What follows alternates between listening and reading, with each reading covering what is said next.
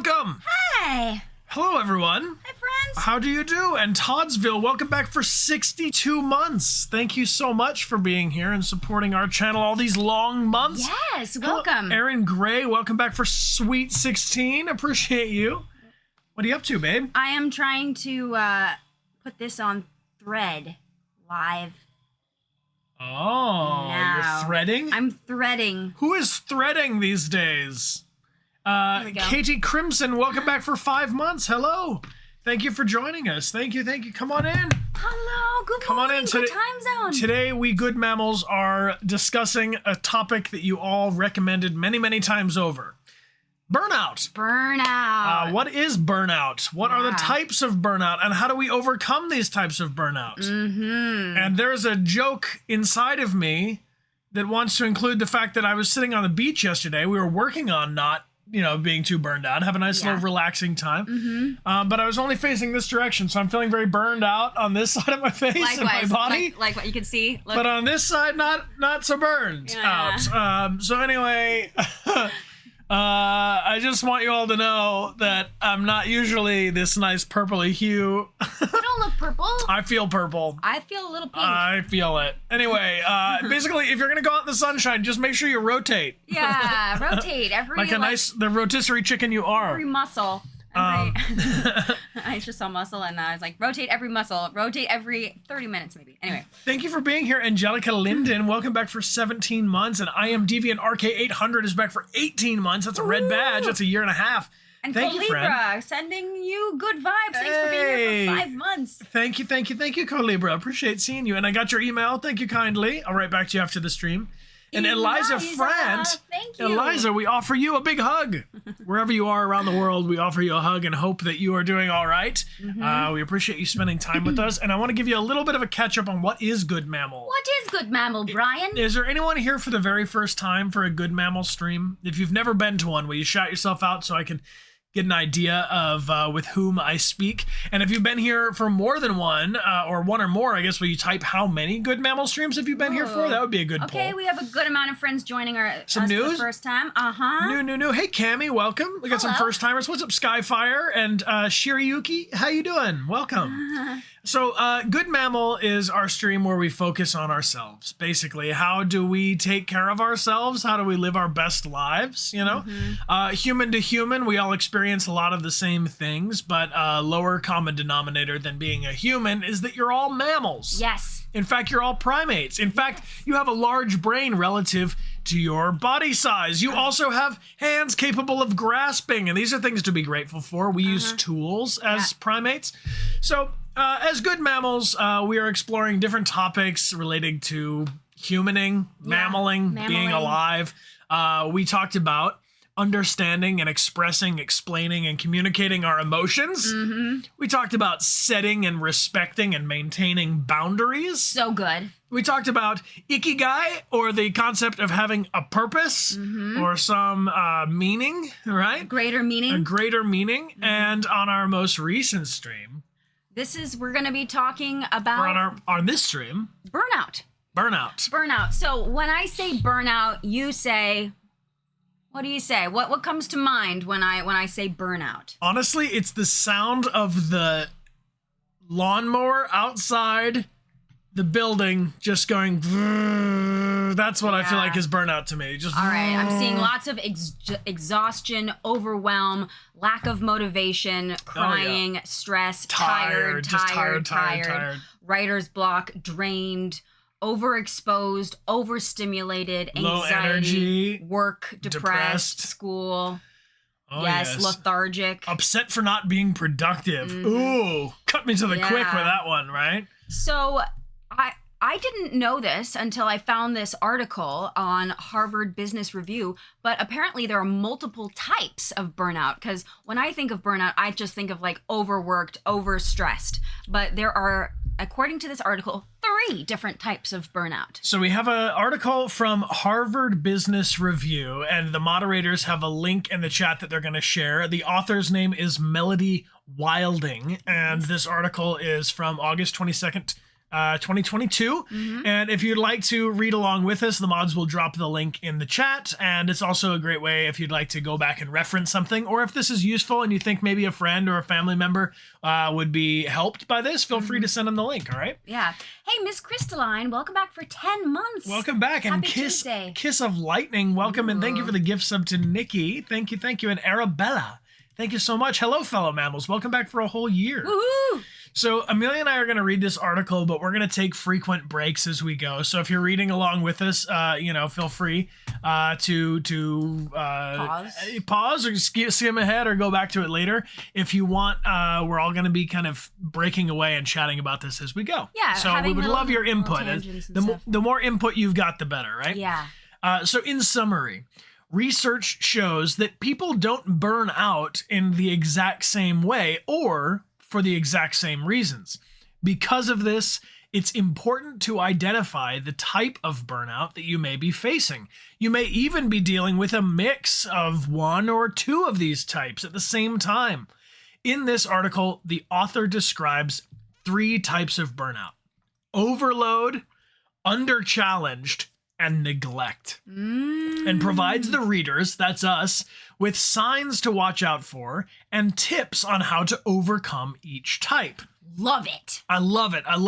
Lula the Lunatic, thank you for the big gift sub group hug. We offer you a hug back. Lula, thank you. Thank you, friend. Appreciate that awesome support. Now, I mean, when you say those right there, we just start with overload, under-challenged, or neglect. Yeah. Does any one of those stand out for anybody? Or you're like, oh, that's me, right? Just from the name of it? Yeah. Or we'll break them into pieces one at a time? Well, just from the name of it, overload is what I think of when I think of me being burned out. It's when I have way too much stuff on my plate. I see Scree saying, all? Yeah, overload's getting a lot of love. Vishelli is filling 3 of them. Overload. Yep, this is real. Okay, so I think this will be nice because if we get in there and can explore each of these types, we're going to be able to recognize them when they pop up in our lives, and maybe when we're like floating between one and the other. Because one thing we talked about in the understanding emotions thing is the more specifically we can communicate how we're feeling, the more specific a solution or an antidote or correction we can come up with to help ourselves, right? Well, also what's interesting is that what we've been talking about with Good Mammal and all these different things about like setting boundaries and finding your greater purpose, and here with burnout, it all comes back to understanding our own emotions and being self-aware with how we're feeling, because then we can pick up on the signs. We know how to combat those different things. We know how to set better boundaries because we understand ourselves more. So really, at the core of everything, it's about learning, being in touch with ourselves and being in touch with our emotions and the specifics of them, not just like I feel good or I feel bad, but why? And to thine how. own self be true, my friends. Yana, thank you so much. Yana, 2859.3. Thank you. Yes, thank you. Those are my 5 so favorite numbers in my favorite order. Thank you. I appreciate you for being here and hanging out with us. And Dork Roast Coffee, you are among good friends here. Thank you for the resub, Good to friend. see you, yeah. Do you want to start the first little bit here? Sure. Okay, so take a moment to bring to mind a person who's burned out. Or literally sunburned. You're likely picturing someone who is overbooked and overwhelmed, drowning in multiple demands and competing priorities. Ooh, competing priorities. That's I like that, interesting concept, right? Because we'll talk about priorities a little bit later. But burnout is far more nuanced than simply being busy and tired. For years, it was believed that everyone reacted to chronic workplace stress in the same way. But research has revealed that burnout manifests itself in different ways depending on a person's work environment, as well as their internal resources, including dedication to their job and their coping mechanisms. Oh, we all have very different coping mechanisms, right? Yeah. So let's take a closer look here at the 3 types of burnout and how you can overcome each one. Nice. Okay, I feel like I should put up like big on the screen here, like Burnout. Burnout for someone who's just showing up. All right. Overcoming burnout. Burnout, and then I'm gonna do. Oh, it's yeah. Then this is gonna say overload, burnout. How about this? Or overcoming? Yeah. What do we think? Large. 2 M's in that word? No. Oh. I don't know. No, probably not. No, we're good. We're good. Keep reading. Okay. So the first kind. Keep reading! If you're not burned out yet, you're gonna be. Go! All right. Overload burnout can occur when you work harder and more frantically to achieve success, often to the detriment of your health and personal life. Read that again. Overload burnout occurs when you work harder and more frantically to achieve success, often to the detriment of your health and personal life. This is the type of burnout that most people are familiar with, and it's also the most common. Does anybody feel seen? I do. Or called out? Mm-hmm. Or, here, let's make this, maybe it's easier to read in dark lettering. Yeah, that's good. There we go. Mm-hmm. Just keep working. Just keep working. Overload burnout typically affects highly dedicated employees or people who feel obligated to work an unsustainable pace. Okay. As a result, they drive themselves to the point of physical and mental exhaustion. So it's because you want to do it good. You want to do it right. You're very dedicated. For me, this is ringing a lot of bells, especially if you love what you do, which I do. So sometimes it's hard for me to set boundaries between work and my regular personal life. And so there is not that boundary in between. So then I end up overloading on my work because I love it. But then I get frustrated because I'm just feeling, overwhelmed. Well, you want to keep working and working and working, but then the quality starts to go down and the enjoyment starts to go down. And I have it highlighted on our screen, but the word that sticks out to me here is unsustainable pace, right? Yeah. Because that's what I run into. If I have a cup of coffee and I'm ready to go, I'm ready to make some moves in the morning, right? But then you start crunching at this certain rate. Yeah. And then you get to a point where you can't sustain that. So your options are either do worse, lower quality work, to have more and more coffee, to sleep less and less, and the whole thing just kind of starts to crash itself. Yeah. So the goal, I guess, what we're looking for is a sustainable pace. Yeah. So professionals with overload burnout tend to cope by venting their emotions to others, like complaining about how tired and overwhelmed they are. This subtype is also quick to jump into a problem-solving mode, creating more work and responsibility for themselves, which only exacerbates the stress. This sounds very similar. I feel a lot of people are recognizing some of these things for themselves, but I also want to draw your attention to how many other people in the chat are saying the same thing. Yeah. So while you may feel called out by some of these things that you can recognize in yourself, also acknowledge the fact that you're literally in a room full of people that are going, So this is something that we can all come up with solutions for and try to work on together. Yeah. Signs to watch out for. You overlook your own needs or your personal life to fulfill work demands. Say that again. So if you are overlooking your own personal needs and your personal life to fulfill your work demands, that is a sign that you are overloaded. Overloaded. Yes, because it's very important to make sure that we are taking care of ourselves first and foremost, that our mental and physical health is strong, because otherwise we can't be giving our best. Yeah, I'm seeing Nondescript Avocado mention that not only does this happen when we're doing our work, but it can also help with volunteer work, or when we're helping other people, or just doing something that we are doing for fun, but we are passionately investing our time and energy in it. Yeah. What else do we look out as a sign for overload burnout? Okay, if you're investing, you invest more than is healthy in your commitment to your career or your ambitions. So that sounds like you're giving too much of yourself, overextending yourself. Right.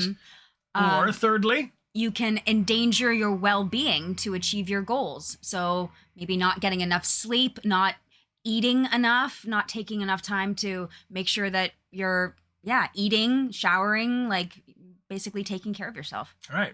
All right. So here's some solutions on how to address overload burnout. For those of you just tuning in, we're going to talk through 3 of the major types of burnout. And the first one we're looking at is overload right now. How to address it? Researchers note that the way out of overload burnout is twofold. So that means it's two different steps.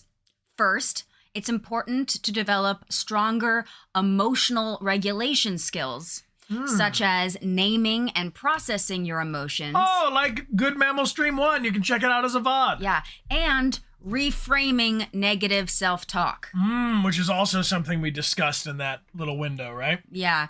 So the first thing we got to do is make sure that we understand our own emotions and we can process them and name them. Right. And if we're speaking negatively to ourselves, we need to reframe that. Right. So if I'm just saying to Amelia, God, I feel bad. I suck. I suck at everything. I'm such a loser. Everything's fucked up, you know? Yeah. I can't do a ton with that. Amelia can't do a ton with that. But if I say, wow, I am completely overwhelmed and overloaded with responsibilities, and I don't even have time to like take a shower. Yeah. You know? Then you're literally naming some solutions like, I don't know, chill, take a shower. So here's some ways on how we can address it. Yeah.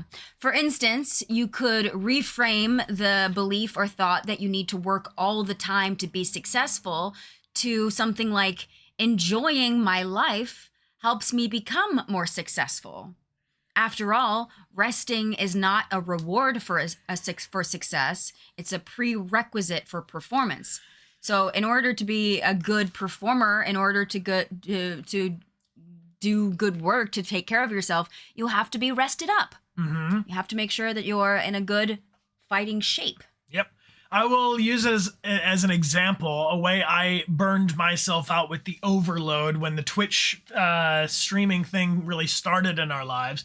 We were going on a lot of trips and we were traveling internationally. So we were in a lot of different time zones. And we were still very excited about keeping and maintaining and growing this audience and community on Twitch. And so when it came to returning from Thailand, I was like, we're back from Thailand. Last night, our flight was late, and here we are going live, after 4 hours of sleep coming from the other side of the world. And I'm just like, doing a bad stream of myself frustrated and irritable because I'm in the wrong time zone and trying to get tech to work and all this kind of stuff. And so the reality is I was under the impression that literally just doing more work, being live more, was better than like the quantity over quality thing. And so for me, a way maybe I can help reframe this for some folks. For me, I found it useful to think about, I want to do really good work, not I want to do lots and lots and lots of work. Like, a simple example of this, Amelia and I right now, we're like, got to go through all the cabinet in our bathroom and looking at like, oh, this medicine is expired, or like we don't need little tiny toothpaste that's got hardly any toothpaste in it. Like we're trimming it out. Yeah. But we made the call when we were doing it last night. We're like, we're both done doing this and it's dark and like we're not gonna really clean the cabinets in the dark, you know? So we're like, we're gonna do this tomorrow when it's bright and the sunlight is coming in. So like setting yourself up for success by doing things when you're in the best mindset and the best time to do them, right? Jesse Cartoons asks, what if it feels like a struggle to reframe things? I think that's totally valid. And I think so. But you get better over time, right? Yeah, I think for the thing that came to my mind is about how to restructure or reframe things if I'm having a hard time is to just keep doing it, like fake it till you make it kind of a thing.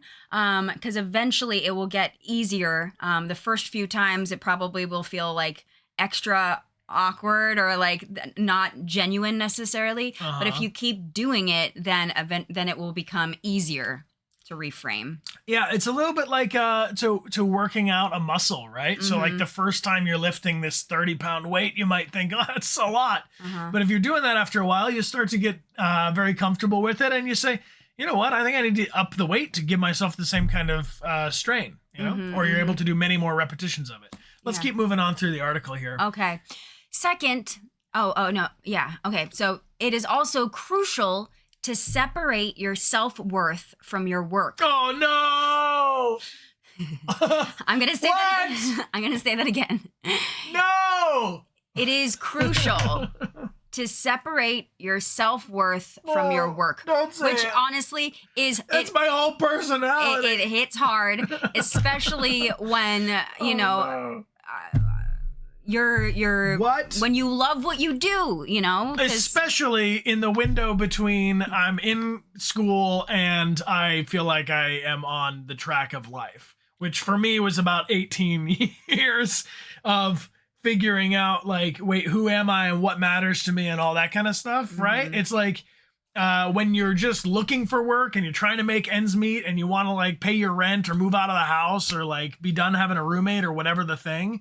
Yeah. Like that window of time, you're all especially vulnerable. Well, I think that this works because this is me. I feel this very much so. But I feel like, okay, so if separating my self-worth from my work, maybe I can do that by enjoying my life to help me become more successful. So taking the enjoyment and the time to like I call it refill my emotional well, to basically take care of myself, enjoying myself and having some fun and doing something that's just for me is important. It's just as important as the work that I'm doing because it's giving I'm taking my own self-worth. I think it's even more important. I think I've finally learned in life that the enjoying it part is actually more important than the like I got to do my job so I get money to pay my rent thing. Because I'm not exaggerating that I know people who have tons of money, like lots of money, and they're very unhappy. Yeah. So I know people who have careers that are like have everything I wanted it to be, but like when you really talk to them, they're not describing a happy existence. And I really do think we all know that kind of like the poetic image, of like the rambling guy who's just got a sack over his shoulder, but like a whistle in his heart, and there's this kind of poetic idea of like the two extremes, right? Like the billionaire who's miserable or like the super poor person who's just like appreciates stopping and smelling the roses. And like there's a spectrum, a continuum there. But I'm newly believing that it is more important that we enjoy our lives. Well, also because we only have one. This is it. This is it. This is it. This is in our this body. This is it. Yeah, this is our ride around the earth, our ride around the sun, right? This is it.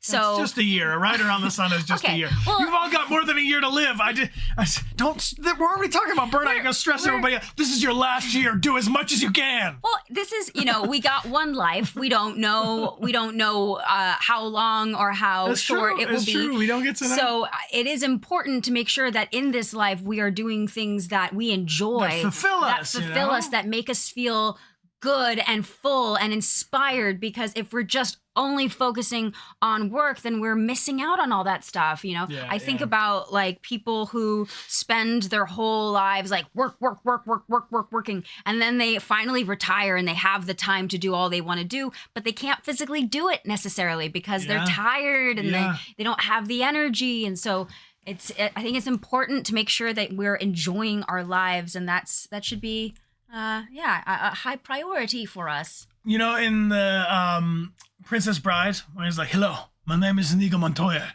You killed my father. Prepare to die." At the end of that movie, he also says something along the lines of like, "I've been in the revenge business so long, I don't know what to do with myself." Yeah. And I think that kind of happens. I think we all get kind of like revved up about like, my life will mean something if I illustrate the cover of a magazine or get a job in a movie, or if my stream, crosses over a certain number of subscribers or whatever. And we set these kind of like goals that, if they're not tied to our own happiness, and our own personal joy, that we kind of don't know what to do once we get to the end there. Like after you get it, you know what I'm telling you? Like, so this is overload burnout to the max. Yeah. Let's talk about our identity here. Yeah. So this article says that we should strive to diversify our identity to create self-complexity by investing in different areas of our life beyond work. Beautiful. You might decide to devote time to your role as a spouse or a parent or a friend. During the pandemic, one of this author's clients restored an old identity by renewing their pilot's license. Whoa. Volunteering, or doing something to get away with from your computer. So something that gives you joy outside of work, that gives you fulfillment outside of work, is a way to be able to help yourself overcome burnout by separating your self-worth from your work. I had a teacher once, Miata, who spoke to us about having different zones in our life, right? Not everything, like you would agree that if you're at your work, you're in a different zone than when you're with your closest friends, right? When you're out in the world in a public space, you're in a different zone than when you're at home all alone talking to your cat, right? So these different zones, these different selves are ways that we interact with the world. But you know that there's a silly, goofy, making dumb jokes version of yourself that's with your closest friends that maybe you don't even bring to work at all, right? Yeah. So we can acknowledge that there's parts of ourselves in these different zones that don't necessarily communicate from one zone to the other, or translate in the same way. Yeah. And what I have found for myself is that I will get really hyper fixated on one zone. Usually it's the things that I have the most control over, right? So it's the work thing, like how much actual work am I doing, which usually means me sitting in front of my computer, doing all that kind of thing. And like trying to be productive, the sense of being productive. But the reality is, no matter what, even if I'm 100% productive in the zone of working and being productive, I'm not accomplishing anything in the social zone of my life. So if you can be moving this piece forward, 10 spots on the board, but you're not even touching the other zones of your life, your productivity is actually really low in a holistic kind of a sense. Yeah. So the thing that I've been doing to help myself with this kind of diversifying your identity or creating a more complex self is like, if I'm doing something that's a work-based thing, then I need to counteract it, literally like balance the scales of scheduling a social thing. Yeah. And if I'm doing another, or if I have a lot of social things and I'm feeling like, whoa, I got like more social things on my calendar, I'm not being productive enough, then you can like add some responsibilities on your calendar of being more productive and work focused. But keeping that balance to me is essential, because you have all seen us when we're just only streaming. And you're like, why do these streams seem so gray? Yeah. So those are some ways to look at overcoming the overload burnout. But there's another kind of burnout here in this article. Before we move on, let's say thank you to some folk. Karya Yeehaw, thanks for being here for 2 whole years. Welcome back. Thank you so much for your support. And Sid177 is back for 35 months. Welcome back, Sid. Welcome back, Sid. Tara and Hera Hunt. Thanks for being here for 11 months. And Dynax, thank you for the good mammal. Thank you for being here for 6 months. Yeah. All right, so this one is interesting to me. This is called the under-challenged burnout. All right? And I think that, to me, this is a really mysterious one, because it doesn't present itself like the normal overworking burnout. But it has a lot of similar things. This is Harvard Business Review. The mods can share the link with you in chat. This is to me maybe the sneakiest one. Yeah. Under challenge burnout. You might be a little surprised to find out that burnout can result from doing too little. Under challenged burnout can be considered the opposite of the overload subtype. It occurs when you're bored and not stimulated by your job, which leads to a lack of motivation. It's where you're saying, why do I even do this? Who cares? Oh, that's nice. ZYX says, could that be called bore out? Yes, it is a kind of bore out. Like, oh my God. It's like, if I have to just even chop these heads off the fish at the sardine factory anymore, right? Oh, okay. This is occurring when people are bored and not stimulated by their job or their life. That leads to a lack of motivation. People with under-challenged burnout may be feeling underappreciated and become frustrated because their role lacks learning opportunities or room for growth or meaningful connection with coworkers and leadership. Workers who feel their tasks are monotonous and unfulfilling tend to lose passion and become cynical and lethargic. What does lethargic mean for anyone who lethargic means like slow and like the feeling of being lazy, like you're kind of dragging through the mud, like everything's a chore, even if it's just like opening the door to go to work is like, ugh. They cope with stress of being under-challenged through avoidance, distraction, dissociation, or thought suppression, like ordering themselves, stop thinking about it. It's interesting. I was talking to my bro. He was saying about how like he doesn't want to talk about or think about work when he's not at work. Yeah. And I'm like, that's a good boundary, but also like if you're just like squashing it out, it might be in this under challenge burnout thing. You're like, my brain can't possibly be the thing for my brain, Yeah. Here are some signs to watch out for. So if you recognize this a little bit, this bore out in yourself, let's see what it is. This is signs would be like you would like to work on assignments and tasks that are more challenging. Yeah. You feel like you're not getting enough challenge. You feel your job does not offer you the opportunities to develop your abilities. So like you've got more potential than this thing will give you room to spread your wings and fly, I feel like that's especially prevalent early in our careers because you're like, man, I went to school to like learn all this stuff, but here I am like removing the staple, And so the that sense of that kind of frustration I recognize. Me too.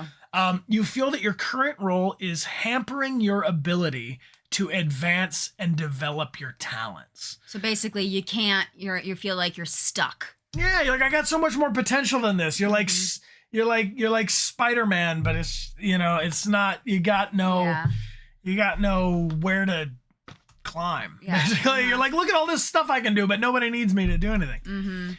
So here's some ways that we can address it, this under-challenged burnout. When you're demoralized, it can be hard to care about much of anything.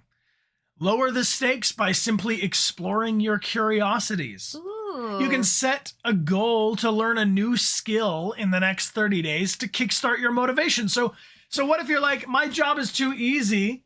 What if you gave yourself your own side quest?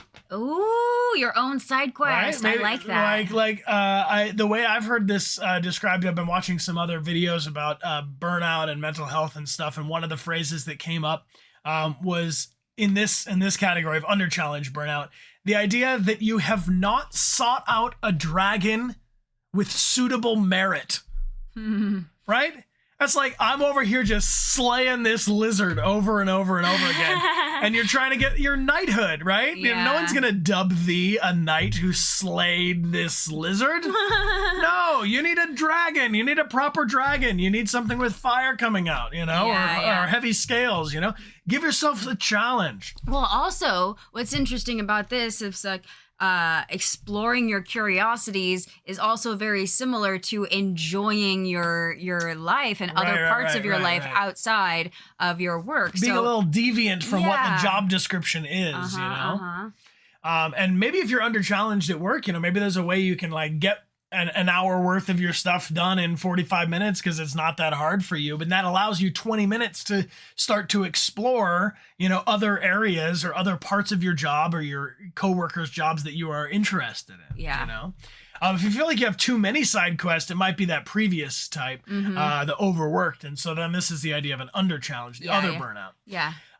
You can start small so that you don't overwhelm yourself, and perhaps you spend an hour or two a week learning to code or devote 20 minutes a day to practicing a new language. Nice. Shout some ideas out in the chat. Maybe there's some folks here who are feeling under challenged burnout, but they're not sure where they might explore. What's a thing you could spend 20 minutes a day or an hour a week starting to get more curious about? Do you all have something like that? Duolingo, there you go, learning some language, learning to cook.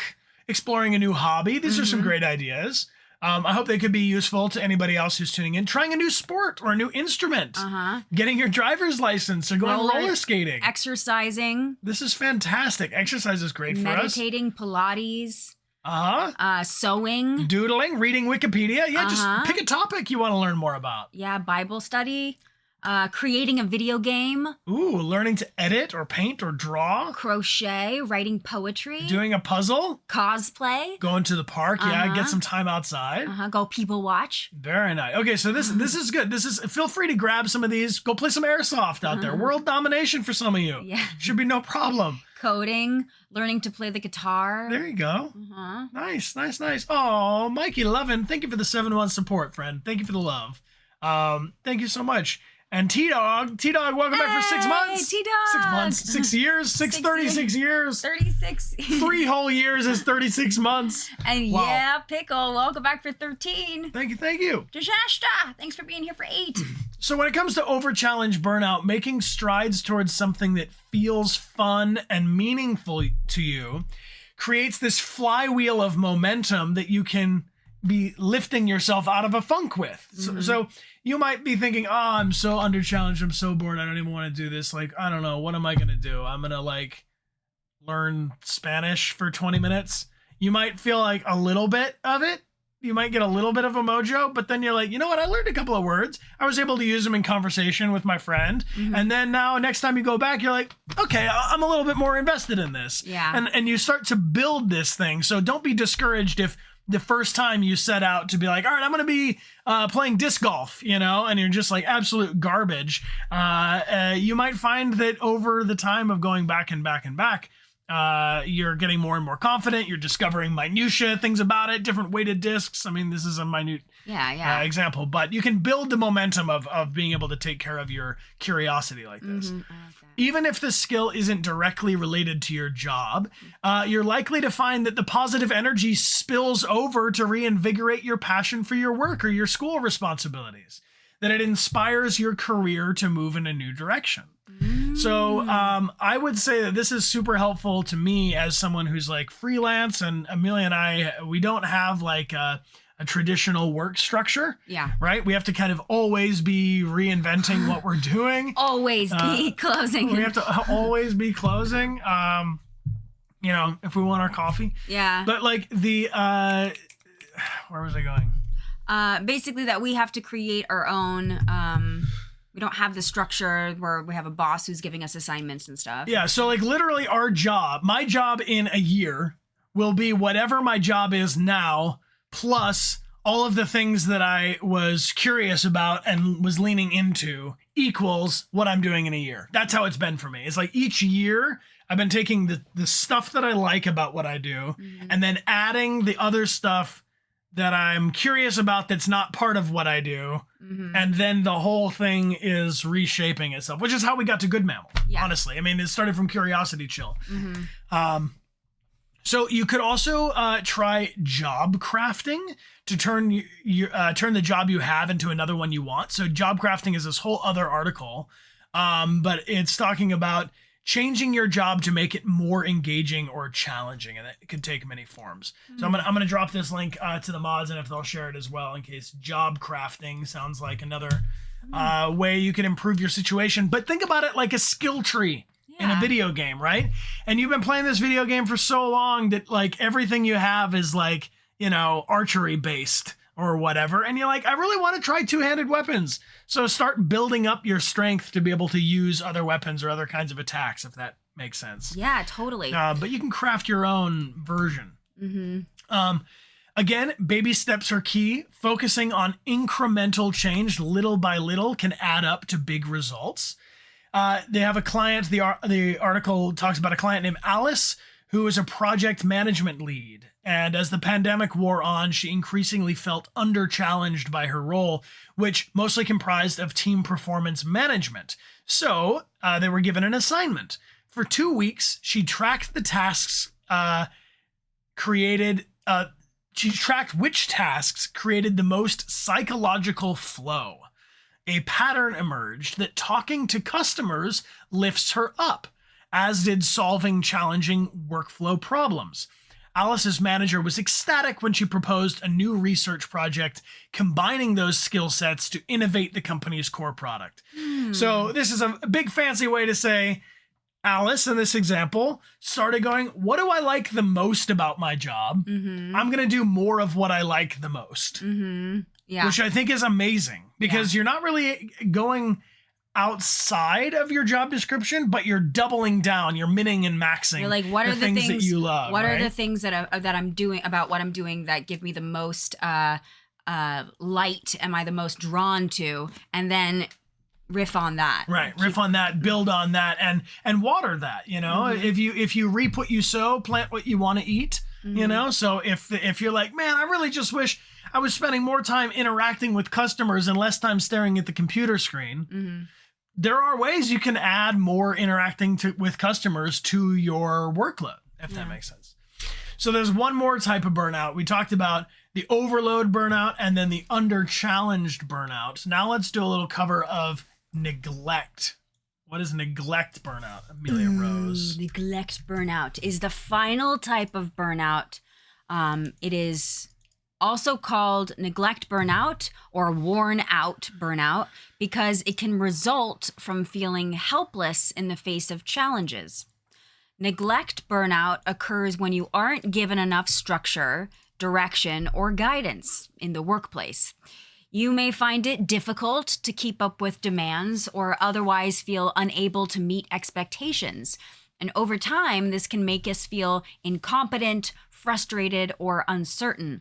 So it seems like this kind of neglect burnout comes similarly to feeling under challenged burnout, a feeling like don't really know what to like. I don't know. I think so, but for me, like overworked is very clear. Like I can think of like a machine that's just like, you know, constantly churning and like needs to be like oiled and like maintained. That makes sense to me. The under challenged thing I can see easily as the opposite, right? It's like I got too much to do. I don't have enough to do, or my brain is bored, and so everything I'm doing feels like I'm not doing anything.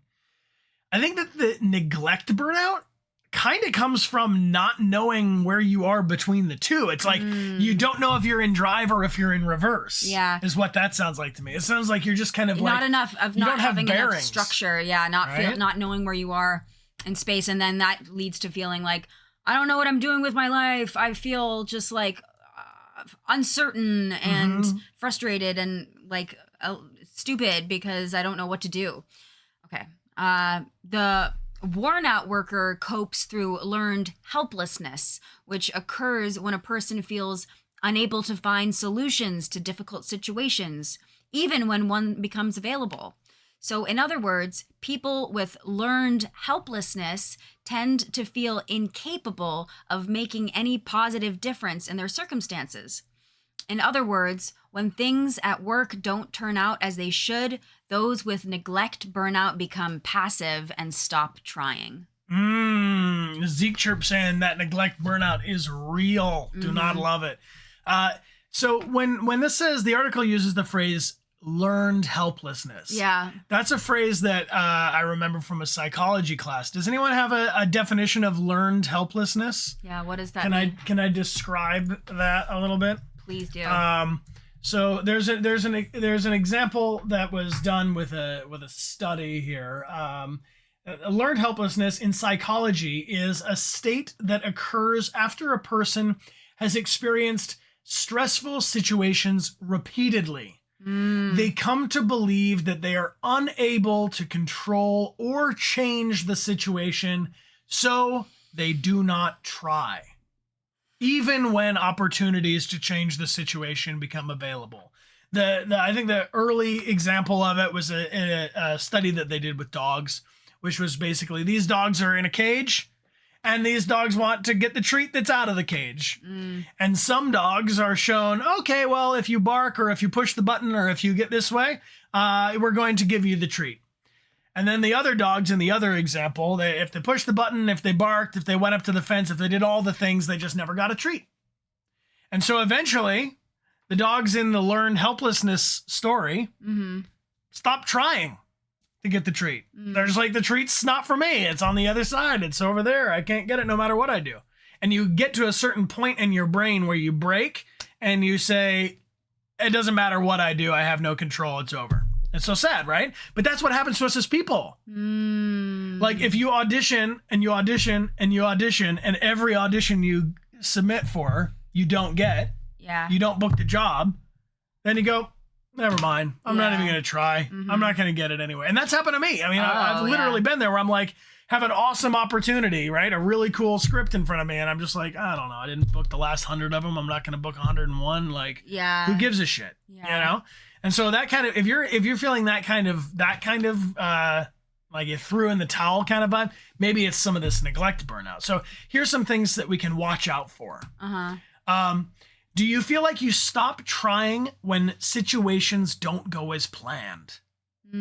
So where you're ready to throw in the towel quickly, where you're like, oh man, I was going to go for a hike, but I overslept and now I can't find the ice pack for the cooler and never mind. I'm just going to stay home and quit. You give up in response to obstacles or setbacks at your work or that you face at school. Or you can feel demoralized when you get up in the morning and you have to face another day at work or school. Where you're like, oh, don't start that again. Right? The whole day's ruined syndrome. Right. And you know, I don't know who, it was some Instagram video or something I was watching, like talking about the number of minutes that you have in a day, like as a bank that replenishes itself every day. You know, like every morning you wake up with the same number of minutes to spend in your day. And like, it wouldn't be the case that if you woke up and someone was like, oh, you have this many, how many minutes in it? Here, let's look up how many minutes are in a day. How many minutes in a day? All right, there are 1,440 minutes in a day, in a whole 24-hour day. But if 60 of those minutes, like you were like, oh, I'm going to go do this audition and it was a total waste of time, or like you got stuck in traffic, you know, and it was just like totally ruined your mojo. If I gave you $1,440, right, and somebody just stole 60, right, would you throw away all of the other ones? Would you burn all the other $1,000+ because 60 of them were stolen from you? That's a great metaphor. I would not just throw away the rest of the money, even though it was some of it was stolen. Right? Yeah, no, I'd keep it, but I'd be pissed. Yeah, you'd buy a PlayStation. Yeah. There you go. So I think that happens to me. I do that. Like I'll wake up, I had a rough morning or something, or like something doesn't go according to plan. My big weakness is like I'll wake up and I'll check my email too soon, and then I get some like bad news or something that was gonna happen that fell through or whatever, and then I just go like, and then there's this thing that happens where I don't know what I'm supposed to do now. I'm like, oh well, if that one thing isn't gonna happen the way I expected, like why even brush my teeth? I might as well just sit here and look at the wall. Sometimes, you know? I feel like I can also like fall into the trap of catastrophizing something, like if something is not going to plan, or if something's not going to plan, or if someone does something that like I don't agree with, like I can fall into the trap of making it into like an even bigger deal, so that way it like, because I get really kind of wrapped around the axle about things sometimes, where I just kind of obsess about it. I call that fixated on something. Yeah. And so I can like end up spending the whole day just like really just like getting myself all twisted about this one thing that like, I didn't need to like give all of my 1,440 something minutes to this, but here I am giving my whole attention, all my all my energy to this thing that's making me just, feeling really frustrated. So what are some ways we can address it, right? So when we find ourselves in that kind of like gave up, stalled out, kind of locked up place about it, we can find ways to regain a sense of agency, right? That we have the power. You, the people, have the power. Try creating a to-don'ts list. That's an interesting idea, right? Yeah. How many of you, especially with overload burnout, keep a to-do list? Do you keep a list of things that you cross off when you do one, or you put them on your calendar? How do you deal with your to-dos? Right? I personally love to keep a to-do list, but then it kind of becomes this like weight on my brain, you know? Yeah. And I'm like, I will come up with an idea of something to put on that list, and then it doesn't really actually need to be there, but then it takes me like 6 months to get it off the list because I'm like, I just don't need to rebuild that entire thing. Or whatever. Yeah. So a to-don'ts list, it says, what are things that we can get off our plate by outsourcing, delegating, or delaying? I'll say right now that Oliver, Super Scree, helps me with our YouTube VODs, our stream of videos after they're done being recorded, stay up on Twitch. But that was really wearing me out, like stressing me out to have the days in between streams to also go onto Twitch and then see my face and my voice doing this and then editing it and then uploading it and then picking a picture for the thumbnail, which, by the way, thank you, Debo, for your help on those too sometimes. Like, the reality is me asking for help from Oliver. Now Oliver sees my face. Oliver, you should start sneaking your own face into the thumbnails and let's see if we can really confuse people. But like, I'm really, really grateful to Oliver for helping out with that. But also, it took me a long time, like over 30 years of my life, to get to a point where I was like, I don't want to do this anymore. Oh. Yeah. Someone else can. Yeah. So like, thank you for helping me, Oliver. And just want you to all know that there are people out there who are willing to help you, because if we take the people that are overworked and people that are understimulated and they cooperate, maybe we can all meet this kind of middle ground where we have enough to do, but not too much to do. You know, where we have things that make us excited and keep us feeling responsible, but also not like we're overwhelmed by all of that kind of stuff, you know? Yeah. Thank you so much to Leclerc for the big cheers and thanking for their gift sub. Beautiful. And Menegon, welcome back for 34 months. Appreciate you. Mixa Lydia, welcome back for 58 months. Hey, holy whoa. Thank you. And Parzitzer, thanks for being here for 2 months. Welcome. Bonjour. Bonjour. Recluse, our friend here, suggests that the difficulty with that is that we don't like to give away control. And that's true. That's true. That's a real thing. I think that's probably why it took me so long. He's like, well, I'm a smart guy. I'll do it. And so then I kept being like, here, I'll do it. And before I know it, I got this pile of stuff I got to do. And I'm sitting there being like, this is not my life. I don't want this life. But I kept picking up all these things. As an actor, I took my own headshots. I edited my own demo reel. I built my own website. I formatted my own resume. You know, I was like, all this kind of stuff that you could have other people help with. I was like, no, I'm going to have to teach myself how to build a website. I'm going to have to teach myself how to do all this kind of stuff, which was good. And I'm grateful that I did that. But the reality is, when we are sharing our trust with other people, and that's what it has to do when it comes to control, is that I trust Oliver with the YouTube VODs. Maybe at this point I trust him too much, where I'm just like, I don't know, dude, whatever, you know? Like it's a little thing like building up a muscle, that kind of trust, you know? And Vishelia, you don't have to, you know, be exploiting someone. I mean, I hire Oliver to do these things. So if you can't afford someone to help you with all of a task, maybe there's a way you can break it into a part and go, you know what, this is the part that's the most difficult for me. And I'm going to use an example from, and this is why I brought up the priorities thing. I read a really, really great book. One of the best books I've read in my life is called Essentialism: The Disciplined Pursuit of Less. Okay. And you wouldn't believe it based off all of the objects in this room, but we've been working on it, getting our way down to less. But in this book, Essentialism, there's two main points that stuck with me. The first is that, especially in American culture, but not in all cultures, or not just in American culture, there's this idea of like, what are your priorities, right?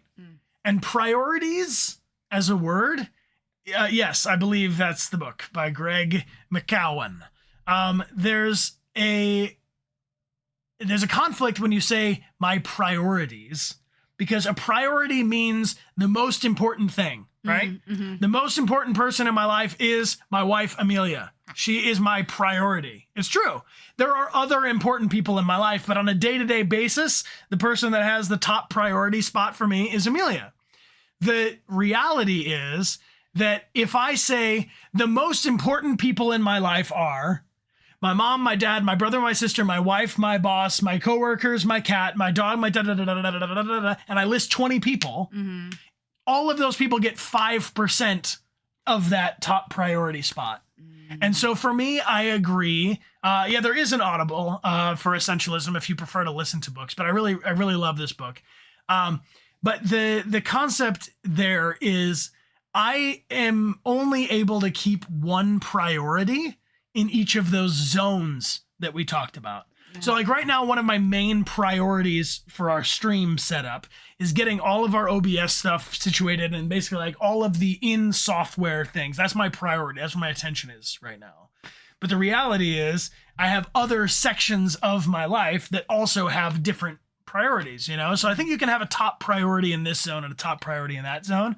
But if you are someone who feels like you have 5 top priorities, you're never, ever, ever making enough progress on the thing that's most important to you because it's only getting 20% of your attention or whatever. So that brings us back to trying to take something off of your plate, delegating, and looking for ways and things that you can say no to so that you hone your skill of setting stronger boundaries. Like we talked about last time. It was like, no, I don't need to do this, or I don't have the time or the capacity.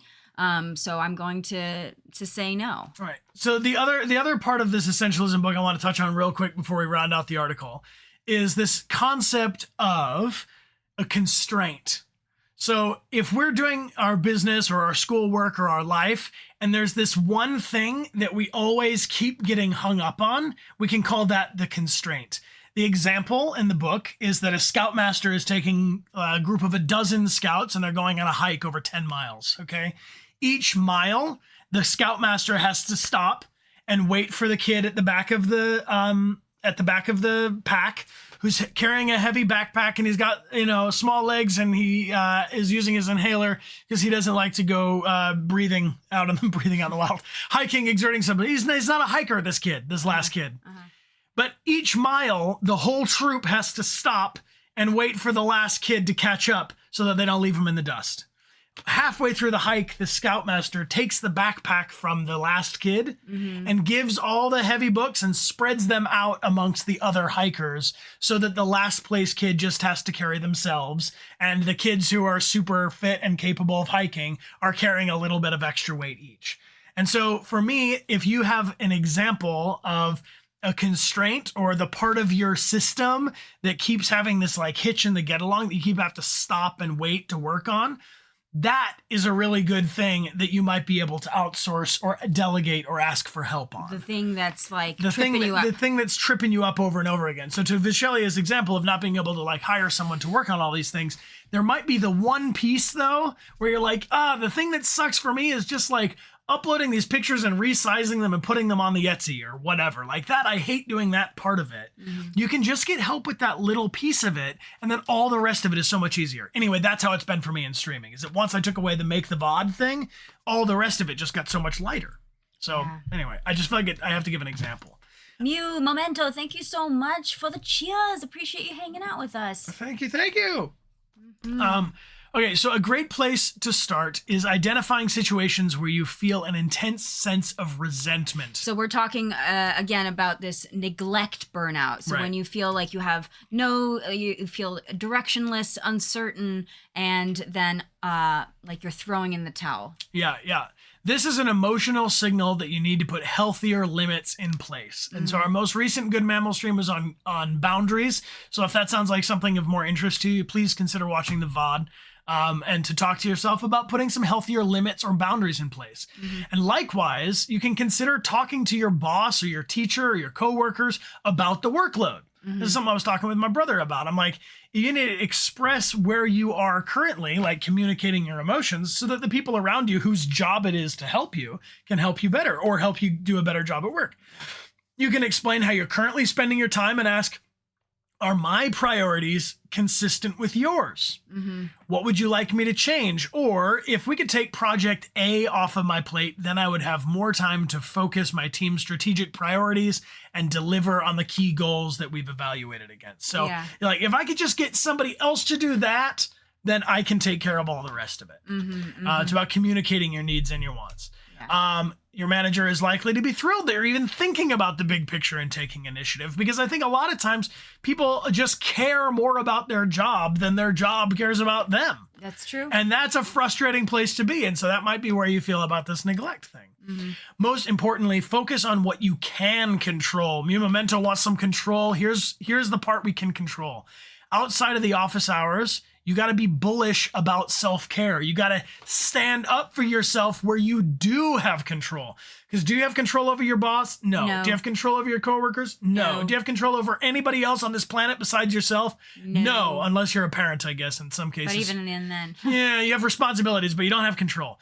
So outside of the office, outside of school, that's where we have to be extra strong with our self-care. We can create routines or rituals that ground you, such as a daily walk or a journaling practice. I talk about a gratitude journal, or writing down things that I'm grateful for really helps me personally. Popping Lock asks about burnout in the entertainment industry. I think in all industries it's prevalent, but I'll tell you that the people I know who have a job that they start at this time and they end at that time, and then they don't do work on the weekends because they're not getting paid, those people have the easiest time of my friends of saying, it's the weekend, I'm enjoying the weekend, or it's work week, I'm doing my work now. And that kind of thing seems healthy. When you're in a more abstract, amorphous kind of... You're your own self-employed kind of... When you're a self-employed, freelance, branching narrative human, right? You kind of have to be a little bit more ambiguous about accepting the you're like, sometimes the line is here of when I stop working, and other times the line is here, so you do have to have that flexibility. The problem is, if you're productivity minded, you're always gonna be favoring the work thing and being like, I'll let it bleed over into my personal zone. And so I'm getting better at going, no, I don't work after this time. Or it's a Monday. This is a Monday. We're just not going to be working at that time. And that's hard to do, especially when you feel like there's always more to do. Skippy Doo, welcome back for 7 months. A short, here, let's read the end of the article and then...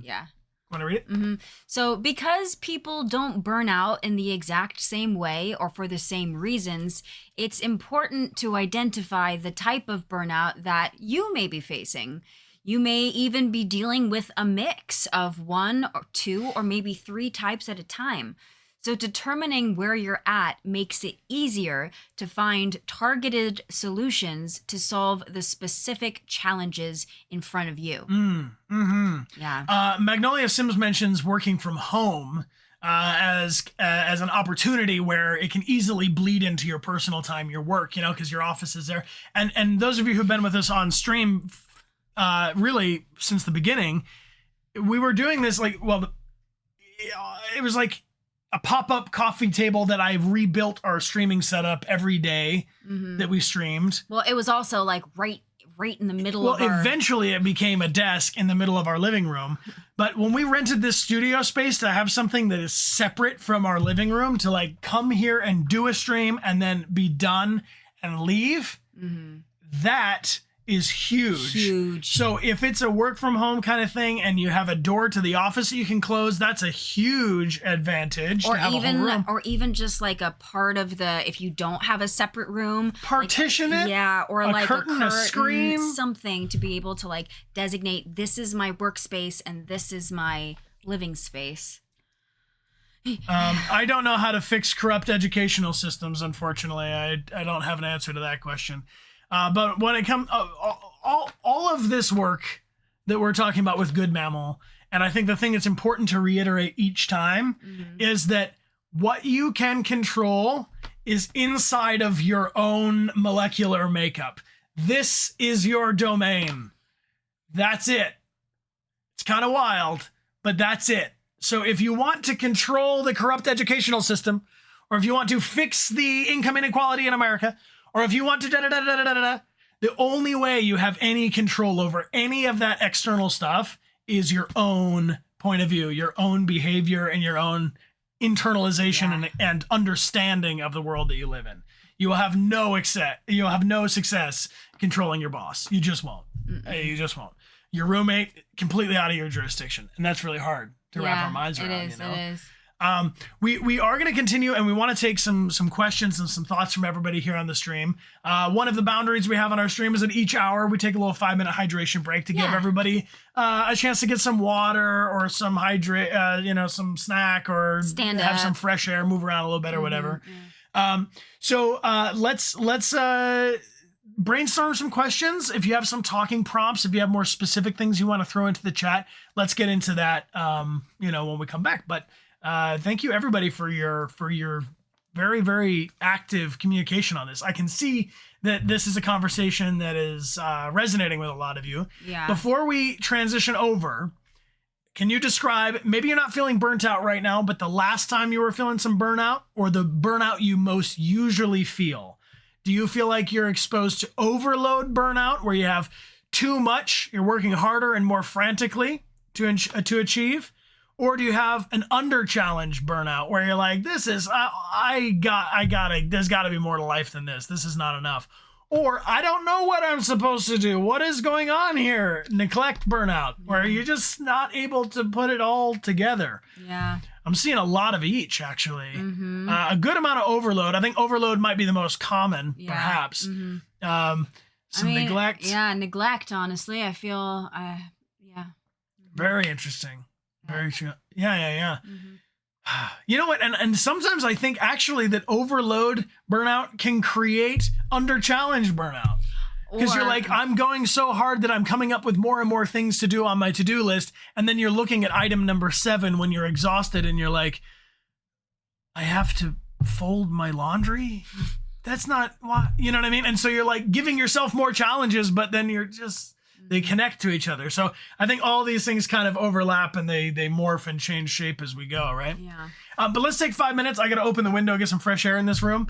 And we'll see you in 5. Yeah. Here's our upcoming schedule. Amelia and I are excited to play Overwatch with you on Friday. And on Saturday, we're going to be celebrating our 5-year partnerversary with a whole bunch of fun streamer challenges. And on Sunday, we're doing a charity stream getting games and consoles into children's hospitals, teaming up with Oxenfree Lost Signals. Yeah. And Alan Wake won the Channel Point challenge. So Alan Wake will be our next Saturday game after we do our partnerversary. Yeah. All right, friends, thanks for hanging out with us. We'll be right back in 5 minutes. If you'd like to retweet to invite your friends, now is a good time to do so. We will see you in 5. Welcome back. Welcome back. Hello, everyone. Thank you for being here and hanging out with us. And let me say thank you because we have some prizes to gift. We've been so busy discussing burnout, the different types, and how to work against burnout that I hardly noticed that we have to give some prizes. Yeah. 2 prizes saying Happy Tuesday, Good Mammals. From Shy Violet Angel. Shy Violet Angel would like to give 2 of our mystery packs. These are our sticker prizes. Amelia and I are going to send out 2 of these stickers at random, and 1 from each stream will get all of these stickers. Yeah. Here. And Attica, thank you so much. Thank you very, very much. Attica enters themselves in 10 times by gifting some subs, and all of our subscribers here entered in 5 times. If you got one of those gifted subs from Attica, please be sure to thank them. Check out our starter kit right here. Join us in Discord and enjoy your emotes. Yep. Mm-hmm. Everything she says is true. I only speak the truth. She only speaks the truth. And the winner is Cal Kylo. Congratulations, Cal Kylo. Congrats. You are the first winner, my friend. You're going to get a whisper from us with instructions on how to claim your prize. Yes. So yeah. A whisper. Whisper is up top. Looks like this. Here it comes. And there you go. There's another whisper sent to you. And now let's pull one more prize here. Thank you again, Shy Violet Angel, for hooking us up. I love it. Thank you, friends. This is Cammy329. Congratulations, Cammy. Kammy. Congrats. Thank you. And thank you again to Shy Violet Angel for hooking us up with Shy a prize. Violet. If you'd like info on those gift prizes, !gift prizes in the chat will take you to dechartgames.com. And we'll be having a new sticker probably on Saturday. Our 5-year partner anniversary stream. Woot woot. I think you will all enjoy. I think so too. So here, let's put this overcoming burnout as our top descriptor in case anyone joins late and is like, what are they even talking about? Yeah. But maybe what we can do for this next 40 minutes or so is that we're gonna take some questions, thoughts, input from all of you, and maybe we can get into a more specific example. There are versions of things like radio shows where people call in and they ask their questions. This could be something similar to that, but you can type in your questions. And maybe if you're all into it, in the future, we could have like a Discord call version of it if people wanted to call in and talk about things. But right now, we're still kind of workshopping how Good Mammal's going to go. Well, Sarah, welcome back for 5 months. Thank you. Cool. That'd be cool. So does anybody have a question about burnout or a prompt that they think might be useful not only for themselves but for other people who are here on the stream? When we say burnout, what is it? How does it come up for you? How does that manifest? Is anybody feeling a particular kind of burnout, or maybe they're feeling burnout but they don't know which types of those burnouts they're experiencing? Okay, well here's two. Lula the Lunatic asks, what are some unhealthy coping mechanisms that we would want to avoid? And Bravest Little Hufflepuff asks, how do you know when you're burnt out? All right. Well, for Bravest Little Hufflepuff, let me recommend the mods drop the link back into the chat, or you can rewatch the first half of the VOD. So at the risk of repeating ourselves too much, burnout has 3 different types, and we broke them down into overwhelmed or overstimulated and overloaded, where you got too much going on. That's one kind of burnout. You're like spinning a bunch of plates and burning the candle at both ends. Yes. You know, that's that kind of a thing. The other one, the opposite of that, is underwhelmed or under-demanded or challenged. You're feeling just like, this is stupid. Yeah. I can't guarantee my whole life working on that. Yeah, right? You're just feeling like uninspired, underappreciated, like you're not being challenged. You're not being fully utilized, right? And then the other one was neglect, which is a mix of not knowing where your instructions are and feeling like uncertain, no kind of plan or leadership, and feeling a little bit just like what was the word? Helpless or like demoralized, or you just feel like giving up. Those are the 3 different kinds of burnouts. But they can also come, they can be together. You can have multiple kinds at the same time. So to answer the question that came up about what are some unhealthy coping mechanisms to avoid, while I'm wearing the Play the Positive shirt, this is an example of if I create a list of negative things not to do, it's hard to use that list to come up with positive things to do.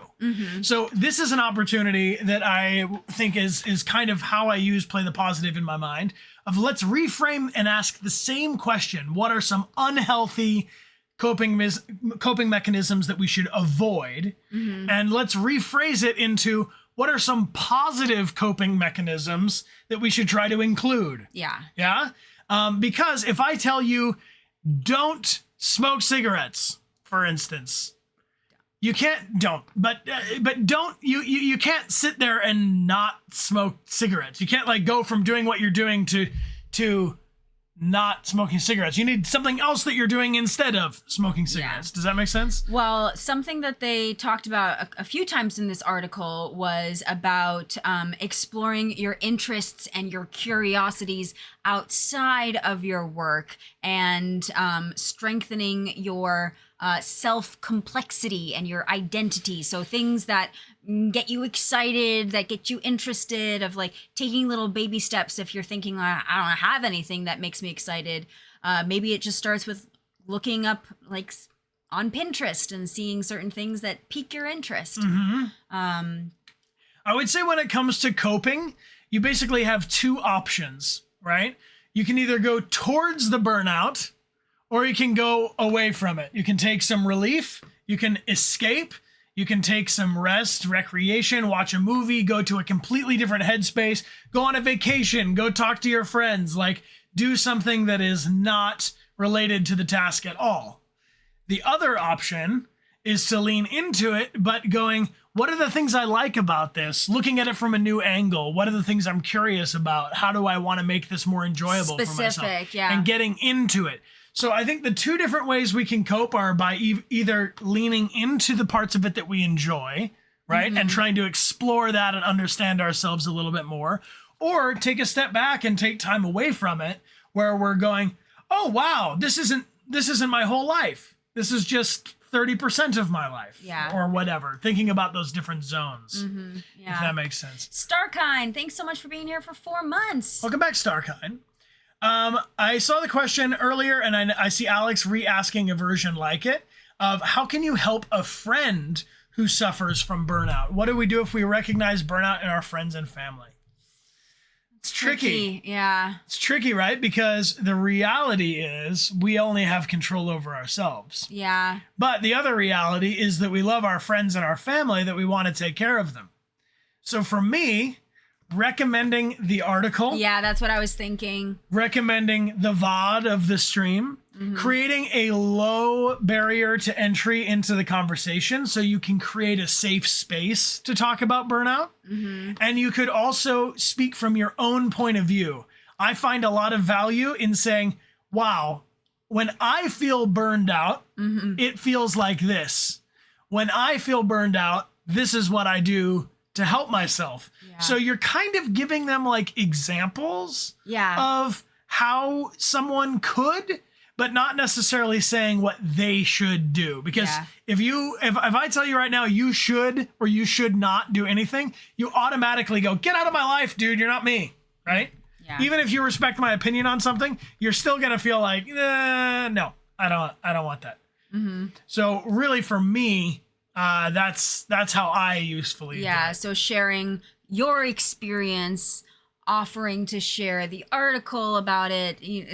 I've actually found myself doing that because, when you're focusing on something, you start to see it popping up everywhere. So talking about boundaries, as we did our last Good Mammal stream, really hit home for me. And now in a lot of conversations with people in my life, I'm noticing, boundaries is coming up again. And so I was in talking about it with them, people who are struggling with setting boundaries, I have brought up the article, I've sent it to them, and I've talked about my experience and what I've been going through with learning how to set boundaries, instead of saying, oh, you should, or it's best if you, or I think that you know. Anything that comes with a pointing or waving finger. But I'm just doing it as a. I know. Yeah. I'm just saying it literally makes me feel some type of way when I see this happening at me. Grandma. Yeah. I also think a good suggestion would be to invite them along with you for some of your self-care, for some of your recreation. So if you're saying like, if I'm talking to someone, maybe I'm talking to my friend and they're describing how they're feeling and they're just kind of venting, and you can tell I used to step on this landmine all the time. My friends are venting and they're complaining about things that are not making them happy. And then I go, but wait, have you... They don't like that. They're in the middle of telling you what they're pissed off about. They want to say how pissed off they are, and they want to express it. They want to get that rah, rah, rah, right? One way I can be a part of that, but not like stick my hand in the angry trap, is by saying, you sound frustrated. I hear that you're angry with your boss. I feel like you think you're not getting enough opportunity at work, or it sounds like you're being devalued as a member of your team. You can just hold up a mirror and bounce back what's coming. Like, I think I understand what you're feeling right now. Are you feeling burned out? That can be a good way to migrate the conversation into, when I feel burned out, I go play Frisbee golf. Or when I am burned out, I like to go for a walk. Do you want to come for a walk with me. Yeah. Because I've been passing out unsolicited advice so much that I created a good mammal stream. It's just so in who I am as an older brother. Amelia is the older sister. And the elder siblings have a tendency to go, you should. If you step on that, it's going to explode. And the younger siblings are like, no, it's not. You know? So, and then we see our siblings like, well, you stepped on it and it exploded. And we're like, we tried to tell you that. You know? That's just how it is. So, like, as the older sibling, you might especially be trying to throw out some did you knows. And as the younger siblings or the middle siblings, maybe you're out there with the extra, like, don't tell me. Yeah. I think that just happens. I think it's just kind of part of the deal. But there's certainly some younger siblings who are the ones helping their older siblings. I mean, my younger siblings help me a lot of times. Same. But they do it in a different way. They don't older sibling me. They do it in kind of a more like, dude, you need to chill you need to chill out. Yeah. You know? Hey, Somi Stark, thanks for being here for 3 months. Thank you. And Pixie Games, thank you for the subscribe. Welcome aboard. Yeah. Welcome aboard. So yeah, I think that inviting people along or being a mirror, being a good echo to what you hear them saying, you can literally repeat things back to people, right? So if someone's like, God, my boss is such a jerk, you could say, wow, it sounds like you feel like your boss is being a jerk to you. Yeah. You know, but you're talking about the way they feel, not the way something is. Because as soon as you get into the weeds of like, you know what you should do? You should tell your boss to, then you're just automatically getting in the middle of something that you're not going to succeed at anyway. Yeah. Bravest little Hufflepuff, welcome back. Thank you, fellow older sibling. Welcome back for 37 months. Thank you. You're the only child to give your cats advice. There you go. Yeah. Let's see. Okay. So a friend that takes on a lot of their job because they feel responsible for the success of the team, but they're also self-loading themselves with too much. So one way we could help someone who's suffering from overload is that we could offer to help them. Yeah, to take something off their plate. To be that person to whom they can delegate stuff to, but they might feel like they can't afford an assistant right now, or they're not ready to grow their company, or it's more like they need help like tutoring with their homework or something. Yeah. Or like I'm thinking right now about my mom. I'm helping my mom. My grandfather passed away, and so she's been dealing with his effects, and it's been really overwhelming for her because she also is, running her own business, doing her own thing. So I've been putting myself out there to help her and, doing what I can to take the stuff off of her plate because I can just see that she is suffering from overwhelm, burnout. And so I want to do what I can to take some of that off. Can I throw this out there that I think one thing you do well when you're helping your mom is that you do a good job of asking her, what is it I can help you with? What part of that would you trust me to deal with? What part of that would you feel okay let go of the control over? Yeah. Because a lot of times people don't want to ask for help because they don't want to give up control, or they don't trust somebody else to do it right, or they don't want to impose. So if you're offering to help someone and then you're asking them how, then they can go, you know what I really need is I need someone to organize all these books. And you're like, whoa, I would have never even thought that was something you needed done. Okay, I can organize the books. That's fine. Yeah. Zena VVV, thank you for being here for 6 months. I'm glad you're enjoying this stream. Yay. And we're happy to have some questions coming in from the stream. Apologies if we don't get to your question. Feel free to repeat it. Just know that we're trying to answer one, and then we'll get to the next one. What about knowing when to turn off social media or your phone and balancing your time in the day? Asks UK fangirl Jade. Wow. I'll tell you what, I'm in a conflicted place. I use Twitter to say we're going live. It's part of how we have the outreach of our Twitch stream. It's part of how we get the message out to invite a lot of you here. I also was feeling completely overwhelmed and stressed out by not only politics and the state of the world at large and just general, injustices against different groups of people that are, matter to me. And I'm feeling overwhelmed, exhausted all the time about this. And then I have to balance the fact that I need this for my job. Maybe you're an artist and you're sharing your artwork or you're listing your commissions or something are available there. But then simultaneously, you're just stuck in the doom scroll, and so your brain is telling you, I'm working hard. I'm promoting my stream. But then what you're actually doing is reading sad news that you can't really do anything immediately about, right? Yeah. Mm-hmm. And so for me, I took Twitter off my phone. Yeah. I deleted the app. I use it on the desktop. So when I post, like we're going to go live in 1 hour, I post it on there and then I post it and then I'm off. Also, I check very minimally now and it's made my mental health so much better. Also, you can set like do not disturb on your phone for certain times. You can choose to exempt certain people. So, for example, my dad is an early riser and he likes to like send off a bunch of messages at like 6:30 a.m. Oh, first thing of the day. Let's let everyone know all the things. And so there was a period when we were working on Evolutus where I had my phone in my room with an alarm set so we knew what time to get up. And I would get woken up by my dad just like sending something that I didn't need to get at that point, but it was waking me up. So I put a do not disturb. Right. Or we'd get messages that's like, ding.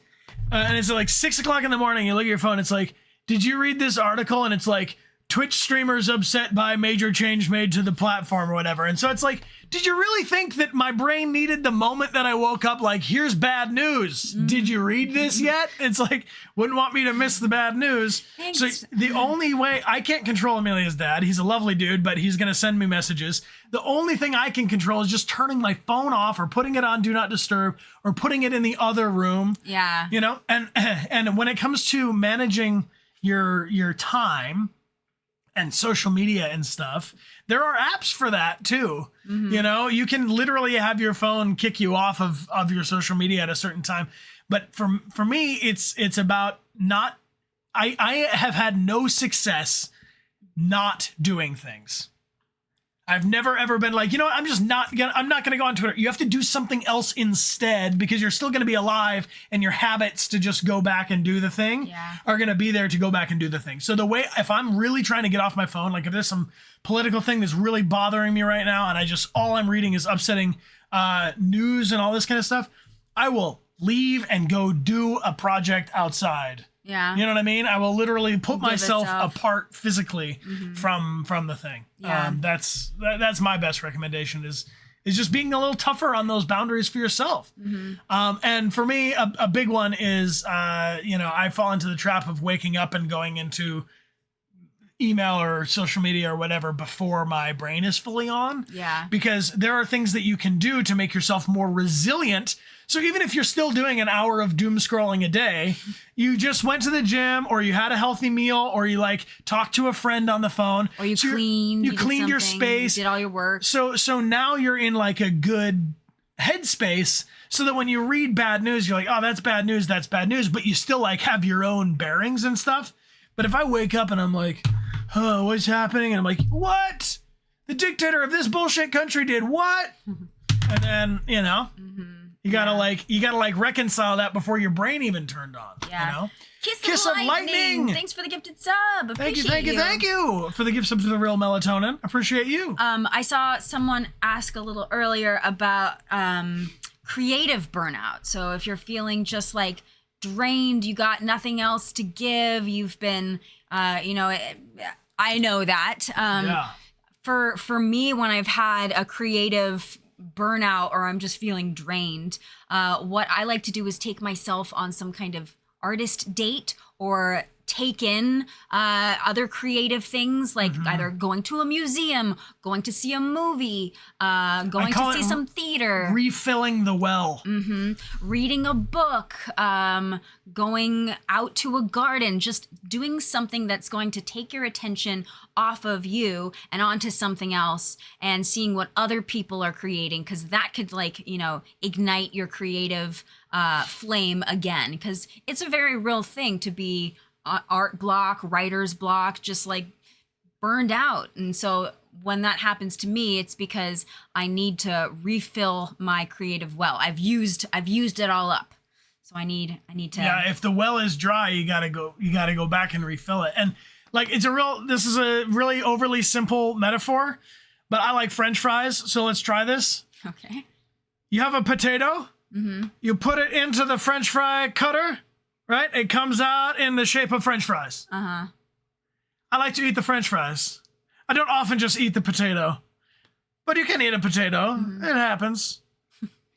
If you have no more potatoes and you keep eating the French fries, what's going to eventually happen? They're all gone. Out of the French fries, you have to go get potatoes.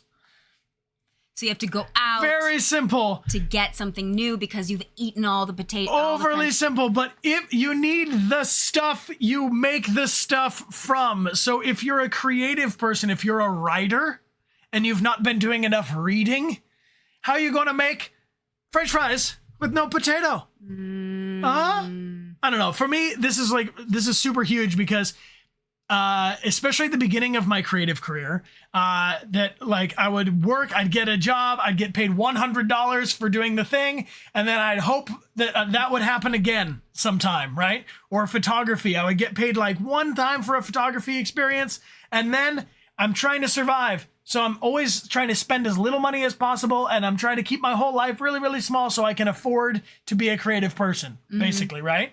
And I wasn't spending, and for me it was about the spending part of it, but maybe for you it's about the time, or maybe for you it's about the getting out of your comfort zone or whatever. But like, it is part of your business, if you're a French fry manufacturer, to go grow potatoes, right? It's part of your business, if you're an actor, to go see plays and to watch movies. It's part of your business as a painter to go to museums and to study art.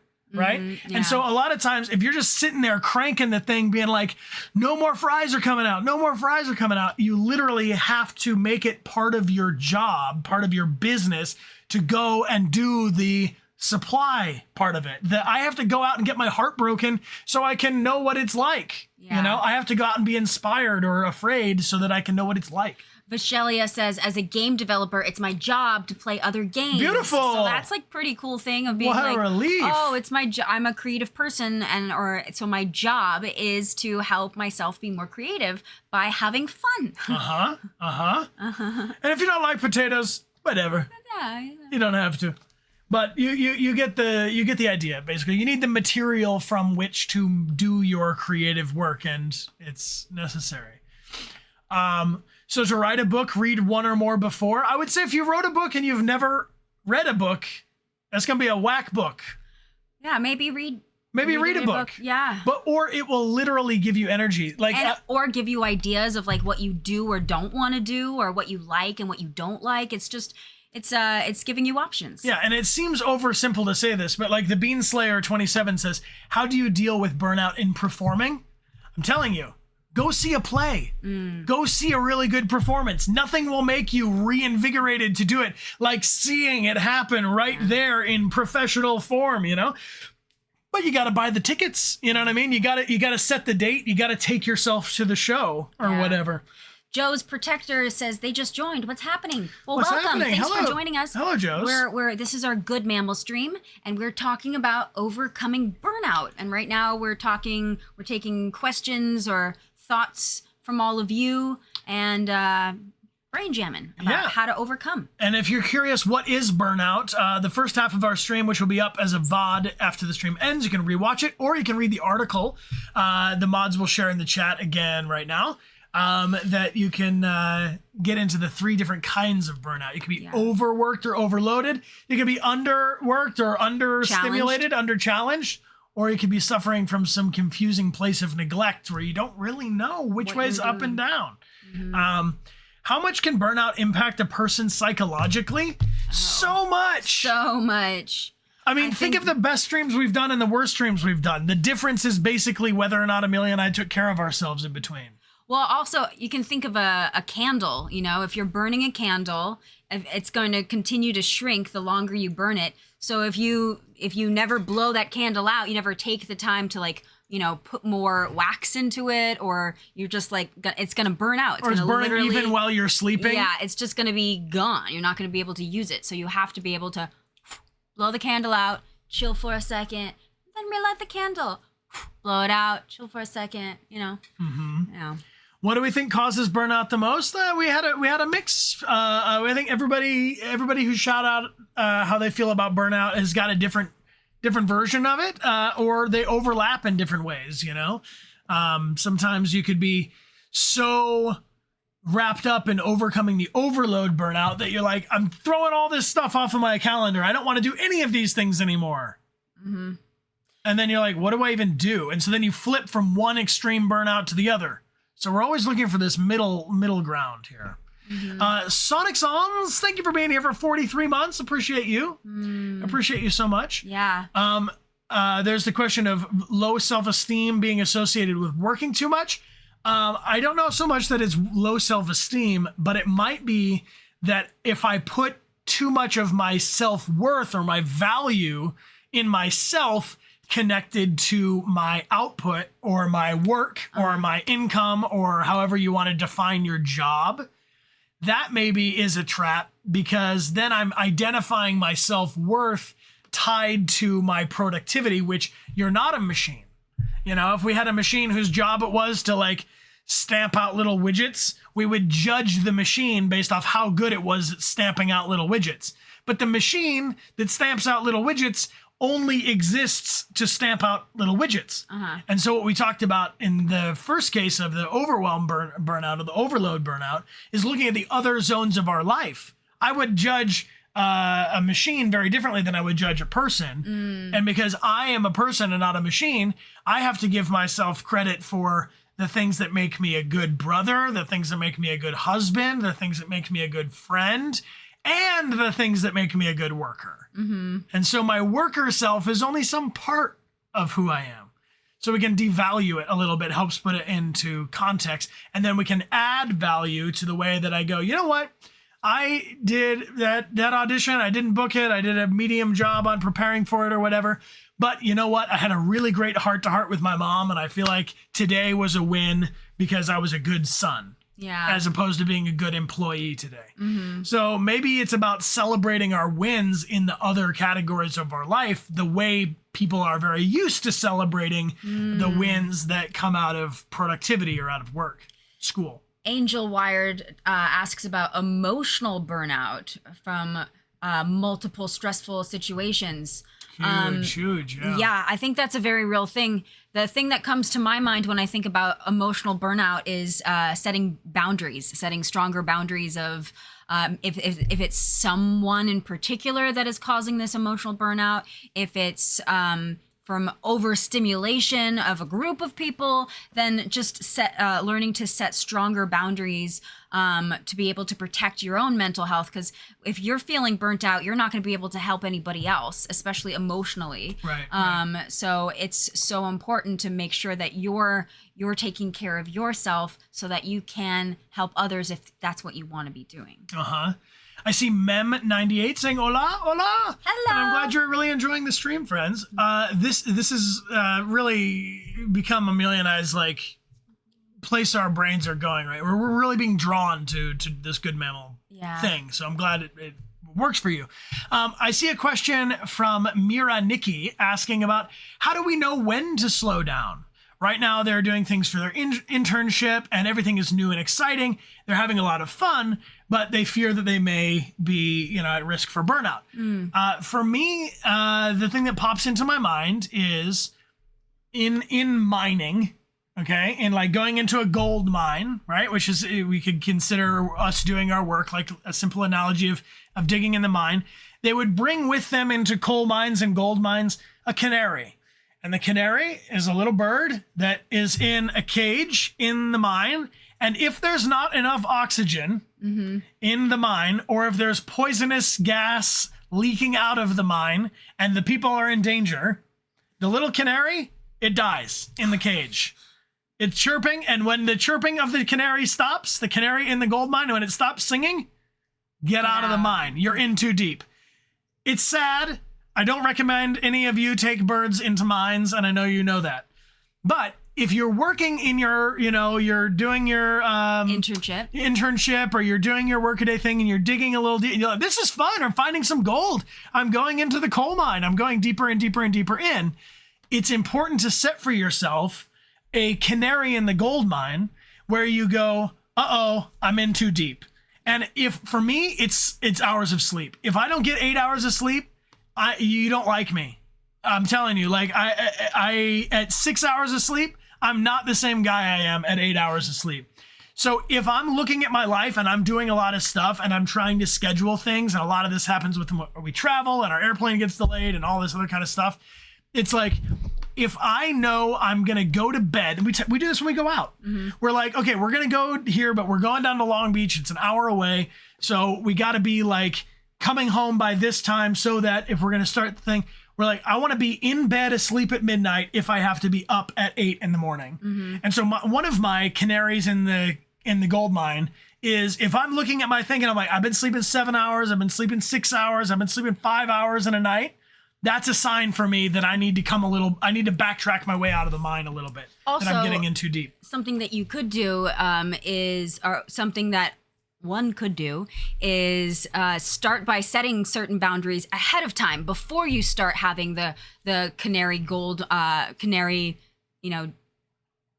in the mine, is setting those boundaries ahead of time of saying, okay, I'm not going to be working or I'm not available to pick up my phone after 8:00 p.m. or 9:00 p.m. or I'm going to, no matter what, I'm going to stop what I'm doing to make sure that I am taking care of myself, and giving yourself more hard boundaries so that you don't get to the place where, oh no, I'm all burnt out, especially if it's something that you're really excited about doing or you love doing it. Like I'm thinking about with when we were working on the video game that we were voice directing and casting, Evolutus. We were working on that, and I was so excited to be doing all of these things and wearing all these new hats that I was like kind of going for it like all the time. And I didn't get to the point where I felt burnout, but I started to there was a little part of me that was like, this is not sustainable. So I have to be clear of this is not one of the days that I've set aside for myself to work on this. So I have to take this time to focus on something else, because I can see how I can burn out because I want to just like, be all in it's like it. the more you love a thing, the more tempting it can be to burn out. I mean, that's how you end up too deep into mine, right? Mm-hmm. It's like, oh, this is great. Oh, this is great. Oh, this is great. Oh no, this is not great. Yeah. I am trapped deep into mine. Get out. Yeah. And that's why we used to stream, we had 5 scheduled streams a week, and we used to do bonus streams even inside of that time. Yeah. And Amelia and I were just not leaving ourselves downtime. Mm-hmm. We were just going constantly. And then on top of it, traveling and going to conventions and doing all this stuff. And it was so much fun. Like, we loved it all. But we were wearing ourselves out so thin. And I think it's a great idea, good recommendation to say, too much of a good thing can be a not so good thing. Yeah. That if you say this ahead of time, you're like, look, I'm going to do this until I am not getting my 8 hours of sleep. Or I'm going to do this until I'm noticing I'm getting irritable while I'm doing something I say I love, even though I'm grumpy about it. Or I think also like, setting a certain time of like, I'm not going to work after, or I'm not going to look at my work emails, or I'm not going to pick up a work phone call after a certain time because that's my boundary. And then people will stop reaching out eventually because you're not, after 8:00, you're just not picking up the phone. You're not writing back. So because if they see you writing back at like Friday night at 11:00 at night, then they know that you're someone who they can reach out to at that point. But if you just don't, and you write back the next day, then you're showing them through example, I'm not someone who you can reach out to at this time of night because my boundary says no. Yeah, well, and we teach people how to treat us. Mm-hmm. Whether you want to believe that or not, it's true. I really think that if I set expectations, like one of my things when we did the boundary stream, I talked about this, where I have my DMs open and I have my email open. It's emaildechart@gmail.com. If anybody has input or things they want to share with me about Good Mammal, feedback, ideas, topics for another stream, whatever. My boundary that I've communicated is I will read these emails. I read them all. I read all my DMs. I read all the stuff.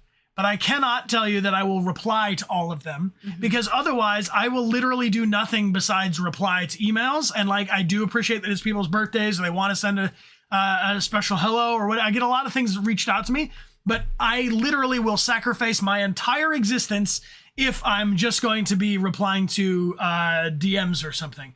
And so when it comes to setting up this expectation of how people can expect to interact with me, you can say it once and then just live that way, where you're like, I'm sorry, boss, I don't read my emails after I get home. And then just don't. Just don't. Yeah. Or if you do read the email, you don't have to respond to it until 8 a.m. when your workday starts the next morning or whatever. Yeah. I saw the question up just a little bit that I want to get back to.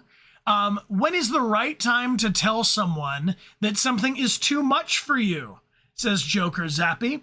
My answer to that would be as soon as you recognize it in yourself and you think they're in a good place to receive it. Yeah. You know, I think you got to be intelligent emotionally to be watching for that person is there in the middle of a freak out right now. And if I say, excuse me, hey, one more thing, I can't do this either. It's just going to blow up. I would wait, read the room a little bit. Yeah. But other than the person you got to talk to not being in a place to hear you or receive you, I would say earlier is always better. Yeah. Because it is so much easier to clean up a small mess than a big one. You know what I mean? And if you're like, I'm not going to be able to deal with that, you want to say it at the beginning so someone else can be dealing with it instead of wait until it's surrounding in the whole room. And now it's an even bigger problem that you're saying, I can't deal with this whole problem. Yeah. This is going to be an issue for me, Yeah. I definitely think sooner is better, and reading the room, making sure that you're not doing it in the middle of like somebody else's emotional burnout. Yeah. Sonicons says experiencing burnout when you're a people pleaser is tough. Yes. It can be difficult to say no and set boundaries. I think that's huge.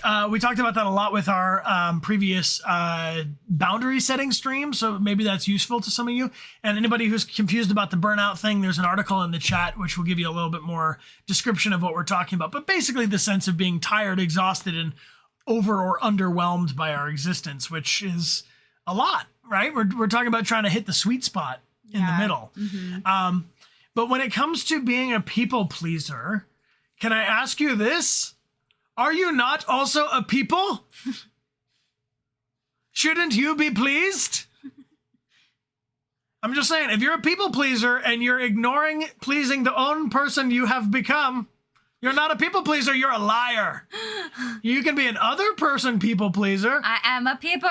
But if you're going to be a people and a people pleaser, you're going to have to at least please your own self. Whoa. That's kind of revolutionary. Is that revolutionary shit? You're a people. Look at yourself. You're a people. I'm just saying, like for real though, I get it, because I also like it when people are happy around me. I like it when no one's upset with me. I don't want to be an issue for someone. Don't tell me what I am. I'm a people. We are all a people. But Yeah. I mean, that's how I feel about it. Is that you gotta if you truly, friend, value yourself as the most important person in your life, because you are. It is more important for me to take care of myself so I can be in a good place to be useful and helpful to my wife than it is for me to be a good husband only and sacrifice taking care of my own self. Yeah. I have to prioritize myself. Yeah, like they say in the airplane, put your own mask on before helping others. When your oxygen mask drops because there's not enough oxygen to breathe, they say to make sure that you put your own oxygen mask on before you start to help somebody else when you don't have enough to breathe. Yeah. I think I see Angel Wired with a message saying, I used to be a huge people pleaser and it was an emotional cloud hanging over me. I finally felt better when I stopped giving a fuck and just said, I don't give a fuck, bye, and redirected my attention towards people who really matter in my life. What a relief. Yeah. I mean, what a good feeling, because the reality is a lot of the people that we're people pleasing for are people that are not really too concerned with whether or not they're pleased by us or not. And the people that I really like, I think there's a sweet spot. I think if you're someone like me who thinks of themselves as a people pleasing person, you could be functioning from the point of view of saying, I see someone out there who doesn't care what other people think. They're not empathetic. They're only taking care of themselves. They're selfish. They're narcissistic. I never want to be like that. So I'm going to be the opposite. Right? Mm-hmm. And then you become a wet blanket pushover nobody.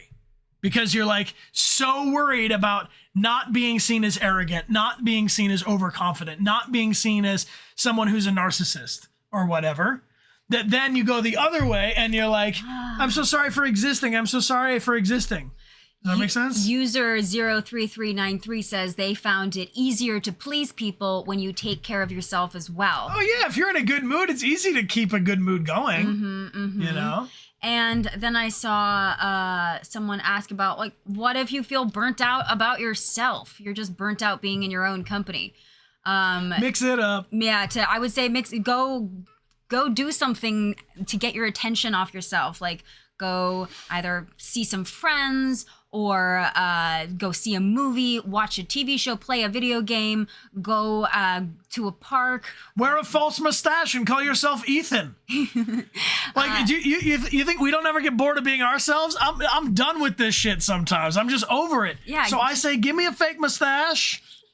Give me a funny accent. I mean, this is like it. This is like this. Get your attention onto something else. Get your attention onto something Try else. a cosplay, you know? Yeah. Dress up as Batman and go see a Barbie movie. Go, you know, if there's something that you've always, like, is there a neighborhood in town that you've wanted to go visit, or some kind of, like, you know, historical site or something? Go do something outside of just being with yourself, because I feel that that when you're like, ugh, or like maybe try a new thing, you know, where you're like, I don't know, like I did not play a ton of sports growing up. I don't know if that's very obvious or if that's just in my own mind. I just feel like people can look at me a mile away and be like, that's not an athlete.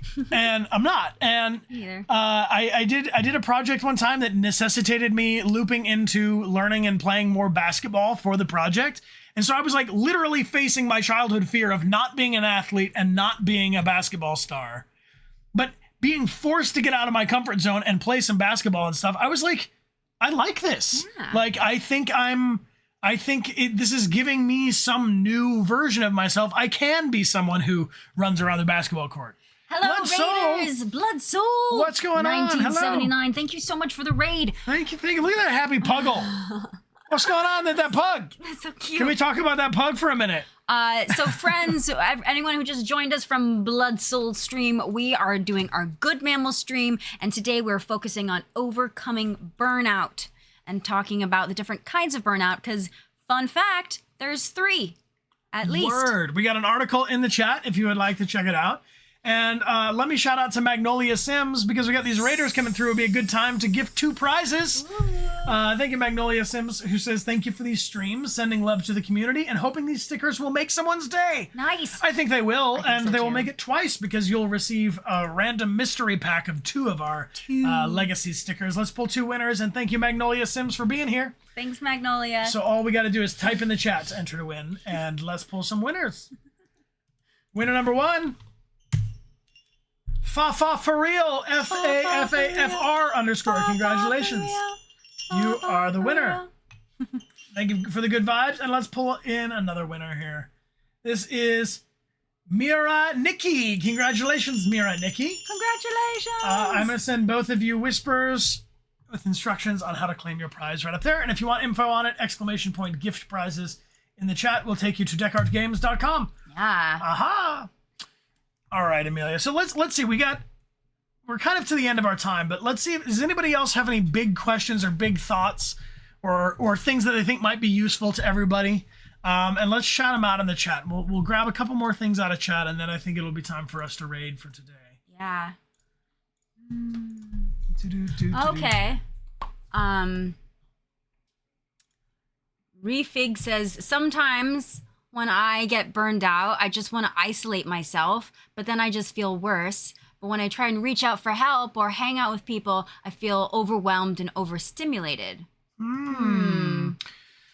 Sounds to me like a little bit more specificity will help us. Yeah. It sounds like in this case, if I'm feeling both, right? I'm feeling the overwhelm and the underwhelm at the same time. Mm-hmm. It's about getting specific about what it is that really genuinely makes us feel recharged, you know? Yeah. And that's a personal thing, because what makes me feel recharged might make someone else feel very tired. Yeah. I love cleaning. I love it. I love wiping dust off the top. I like sweeping. I like that. It calms my mind. But for other people, that's not going to do it, you know? And so the question, I guess, becomes about the self-work, if we're in that position, to go, to like hit the center of the bullseye, you know? If you're like, I like games. Okay, you like games. But if you play any game, you don't necessarily kind? I like games, but I don't want to do puzzles, and I need it to have a story. Okay, so like a action adventure kind of game. Yeah, but I don't like guns. Okay, and so you know you're gonna get into a more and more narrow idea, and so the better we get to know ourselves, the more competent we can be when we're like, man, I am feeling burned out. I need to go for a walk. You know, I need to go prune some shrubs. Yeah. I need to clean the stove. I do think that it's really good that you can recognize in yourself, like, ooh, I'm isolating myself. I need to get out of this this headspace that I'm in. So I'm gonna reach out. Maybe reaching out to a smaller group or one person. Like maybe if it's overwhelming to be around a group of people, maybe just one person spending time with. But I think that it's a really good sign that you can recognize that you don't like where you're at mentally and you want to make a change. So then I think it's about finding the best way to make that change, to make you feel full and happy and satisfied in the way that you're looking for, you know? Mm-hmm. Because I think that takes a lot of self-awareness to be like, I'm isolating myself. I don't want to be feeling this way, so I'm going to do something about it. So. Yeah. I'm going to throw this out because I know especially a lot of us are spending a lot of time on the computer, games, internet, Twitch. I mean, here we are on Twitch.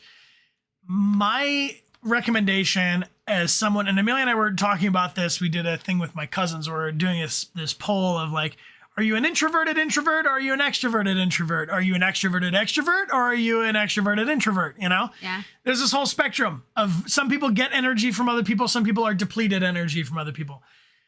I think regardless if you're an extrovert or an introvert, and I'm going to give this the disclaimer of outside of PTSD and specifically triggering situations, some people just would have a panic attack in a large grocery store, and that's just, you know, a unique situation for them to have to calculate in.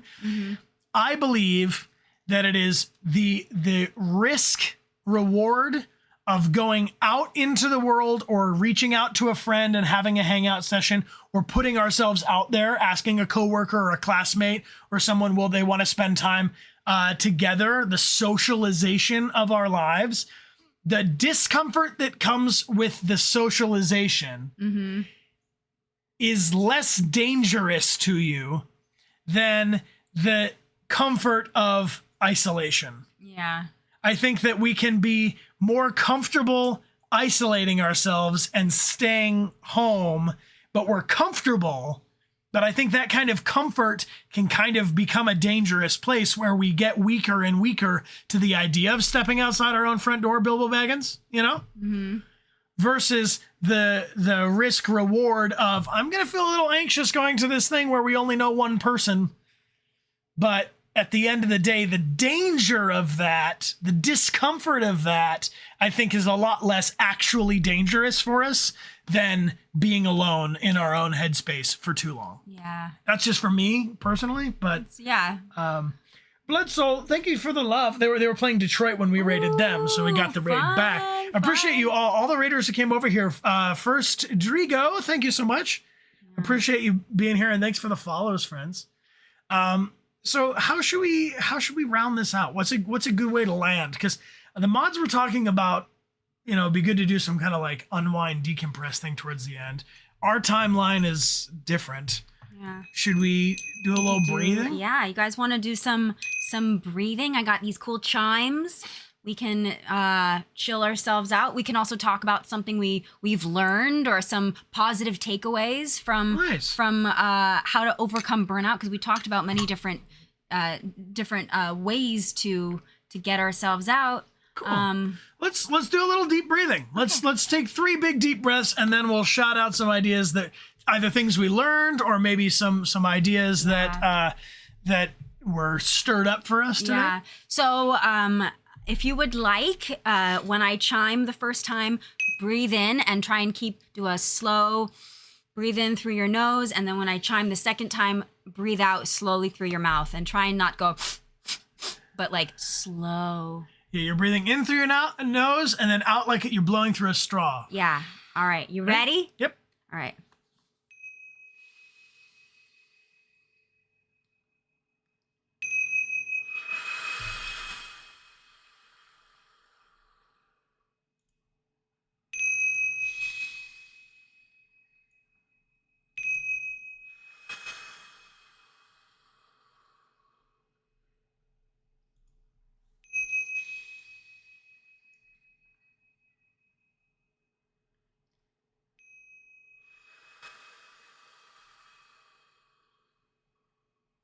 One more.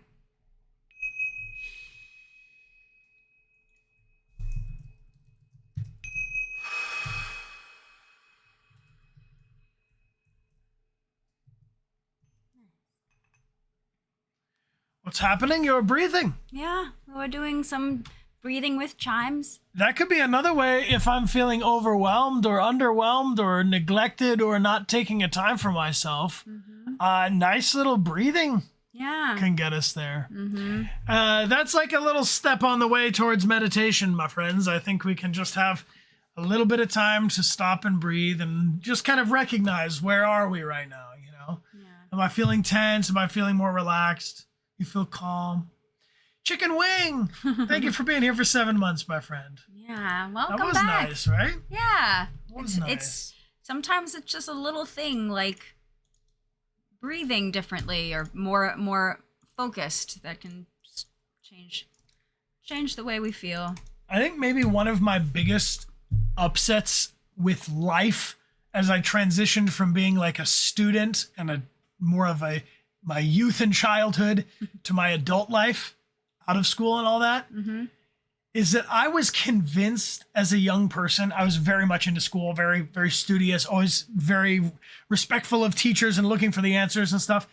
I was expecting the answers to the big questions to be big answers, you know, like complicated, like, oh, if you want to live a great life, you got to do this, this, this, this, this, and this. And the great disappointment of my existence has been that the stuff that's the most important seems so simple. Like your family is important, you know? Your chosen like family. Sleep is important. You know, like the way I talk to myself is important. So important. My point of view is important. Well, you know, it's like it really, really like because I just thought that there's going to be all these answers, these complicated answers, and it's not. You know, what's really interesting about what we've been talking about and learning about with these Good Mammal streams is it really comes down to some of the same things over and over again. I see a theme of self-awareness, of understanding our emotions and the different complexities of our emotions, and the way that we talk to ourselves makes a huge, huge difference because we spend every day with ourselves. We're not going to be able to escape ourselves. So the way that we relate to ourselves and talk to ourselves is hugely impactful, even if it doesn't, we don't realize it. It's the little things, it adds up. And then also about being able to set boundaries, and that it's a healthy thing to set boundaries, and it can create a lot of positive, like a lot of positivity in your relationships, in your work, in the way that you see yourself, in the way that you relate to other people. So it all comes down to understanding what's going on with ourselves and how we're talking to ourselves. And you're still a people, yeah. You're still a people. If you want to think about it like you're an Android people, you're running a systems diagnostic is basically what you're doing. you're learning, and we're all learning together how to just check in with ourselves and see what's going on so that we know what to do. You know, if we're like, this engine's overheating, you can cool it down. Or this car's going too slow. You can think, what can I do to make it go faster? You know, but you have to acknowledge where you are to be able to figure out where we want to go. Yeah. And I think a lot of times we just are like, just skip all that stuff. Give me the answer. But the answer is tied to the question. Yeah. So this is very useful. I saw, hey, there's a nice message. I'm glad these streams have been so helpful for you. So thank you for the positive reinforcement, and really thank you for you all encouraging us. I mean, our last Tuesday stream didn't happen. We tried to get to the studio, but it was 4th of July. 4th of July parade and all this kind of stuff. But we had a little moment where Amelia and I were kind of like trying to force it, trying to make it go. Like, how are we gonna do the stream? And then we're like, we need to just do less. Yeah. You know? And so there was no stream last Tuesday. And I think that all of you can go into this next week or the next 2 weeks or until we see you on a stream again soon or whatever. That if there's a time where you're like, I need to just not, so that I can take that time to look at the systems diagnostics and see how I am. I think the one parting thought that maybe wasn't just expressly said in these articles or today was like, just give yourself some space and give yourself some time. Yeah. Because then I can look at my situation and go, oh, you know what? I'm really just overworked about this one thing, or I'm really hung up on that one thing, like you were saying about being fixated. Yeah, on something, fixated. You know? So you all are innately deserving of being gentle with yourself and giving yourself grace, and we're all valuable enough that we can take a day for ourselves to say, today is my day. Yeah. I'm calling out of school. I'm calling out of work. I'm playing hooky. But the trick is to use that time productively. Yeah. Because if I take a day off from all of my responsibilities and I doom scroll, and then I'm just insecure and worried about like the things I didn't get done because they're on my to-do list, I go back and I don't feel any better. Well, so you got to take the break. I got to take the break and then go, what is the thing that actually makes me feel rested? What is the thing that actually makes me feel stable? And that self-care is productive. Right. You know, it's essential to be taking care of ourselves and making sure that we're in a good mental health space so that we can go through life and live our best lives and have a happy existence and be able to enjoy the things that we love, because this is our one wild, beautiful life. So let's make sure that we're really living it. All right, can I leave you with a little poem? Can I give you some Mary Oliver? Give us some poetry, Brian. Hit you with the poetry? All right. Well, while I hit you with the poetry, you can hit me with your raid ideas. Let me know where do you want to raid, and I will read you a little poem in the meantime. Number 1 in the chat for watercolor art. And number 2 in the chat for Power Wash Simulator. Let me know. We're gonna chill you out whether you like it or not. Either way, you're getting chilled out. All right. This is a Mary Oliver poem called Wild Geese that has always been helpful to me. You do not have to be good. You do not have to walk on your knees for 100 miles through the desert repenting. You only have to let the soft animal of your body love what it loves. Tell me about despair, yours, and I will tell you mine. Meanwhile, the world goes on. Meanwhile, the sun and the clear pebbles of the rain are moving across the landscapes, over the prairies and the deep trees, the mountains and the rivers. Meanwhile, the wild geese, high in the clean blue air, are heading home again. Whoever you are, no matter how lonely, the world offers itself to your imagination, calls to you like the wild geese, harsh and exciting, over and over, announcing your place in the family of things. I love it. You're just an animal. Just an animal. A mammal. Yeah.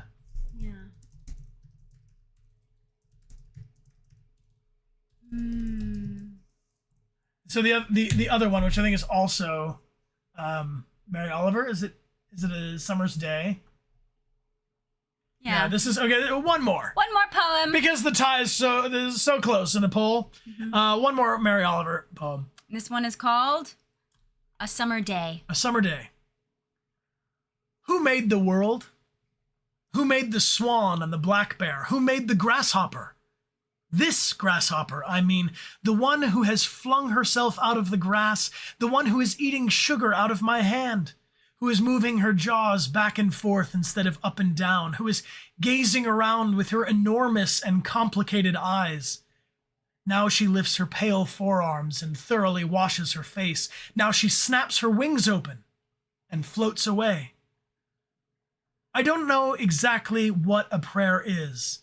I don't know how to pay attention, how to fall down. Oh, I do know how to pay attention, how to fall down into the grass, how to kneel in the grass, how to be idle and blessed, how to stroll through the fields, which is what I have been doing all day. Tell me, what else should I have done? Doesn't everything die at last and too soon? Tell me, what is it you plan to do with your one wild and precious life? I hope to ease suffering for other sentient beings. And you, my mammal friends, are sentient beings. I love that. You know, if you're feeling burned out, go read some poems. Yeah. You know? Go read some books. Go to a museum. Yes. It's beautiful. Easing suffering for people. Thank you all for being here, and you ease our suffering by having these conversations and these discussions with us.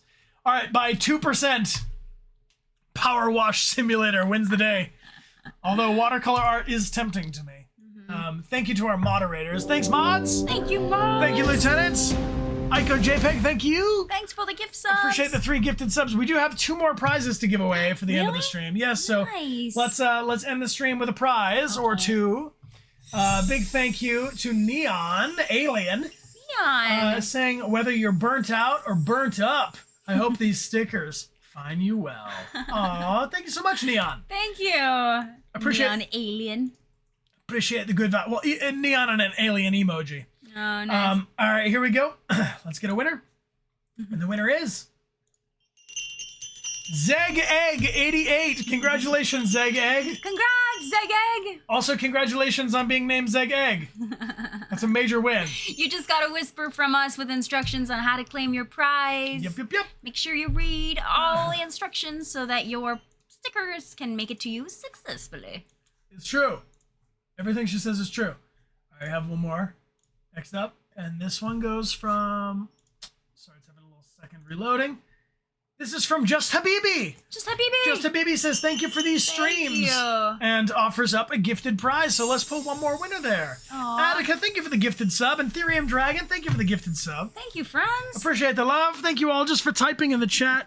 We send you a hug wherever you are if you need one. And if you don't want it, let it float by to somebody else. All right, here we have it. And let's pull one more winner for now. We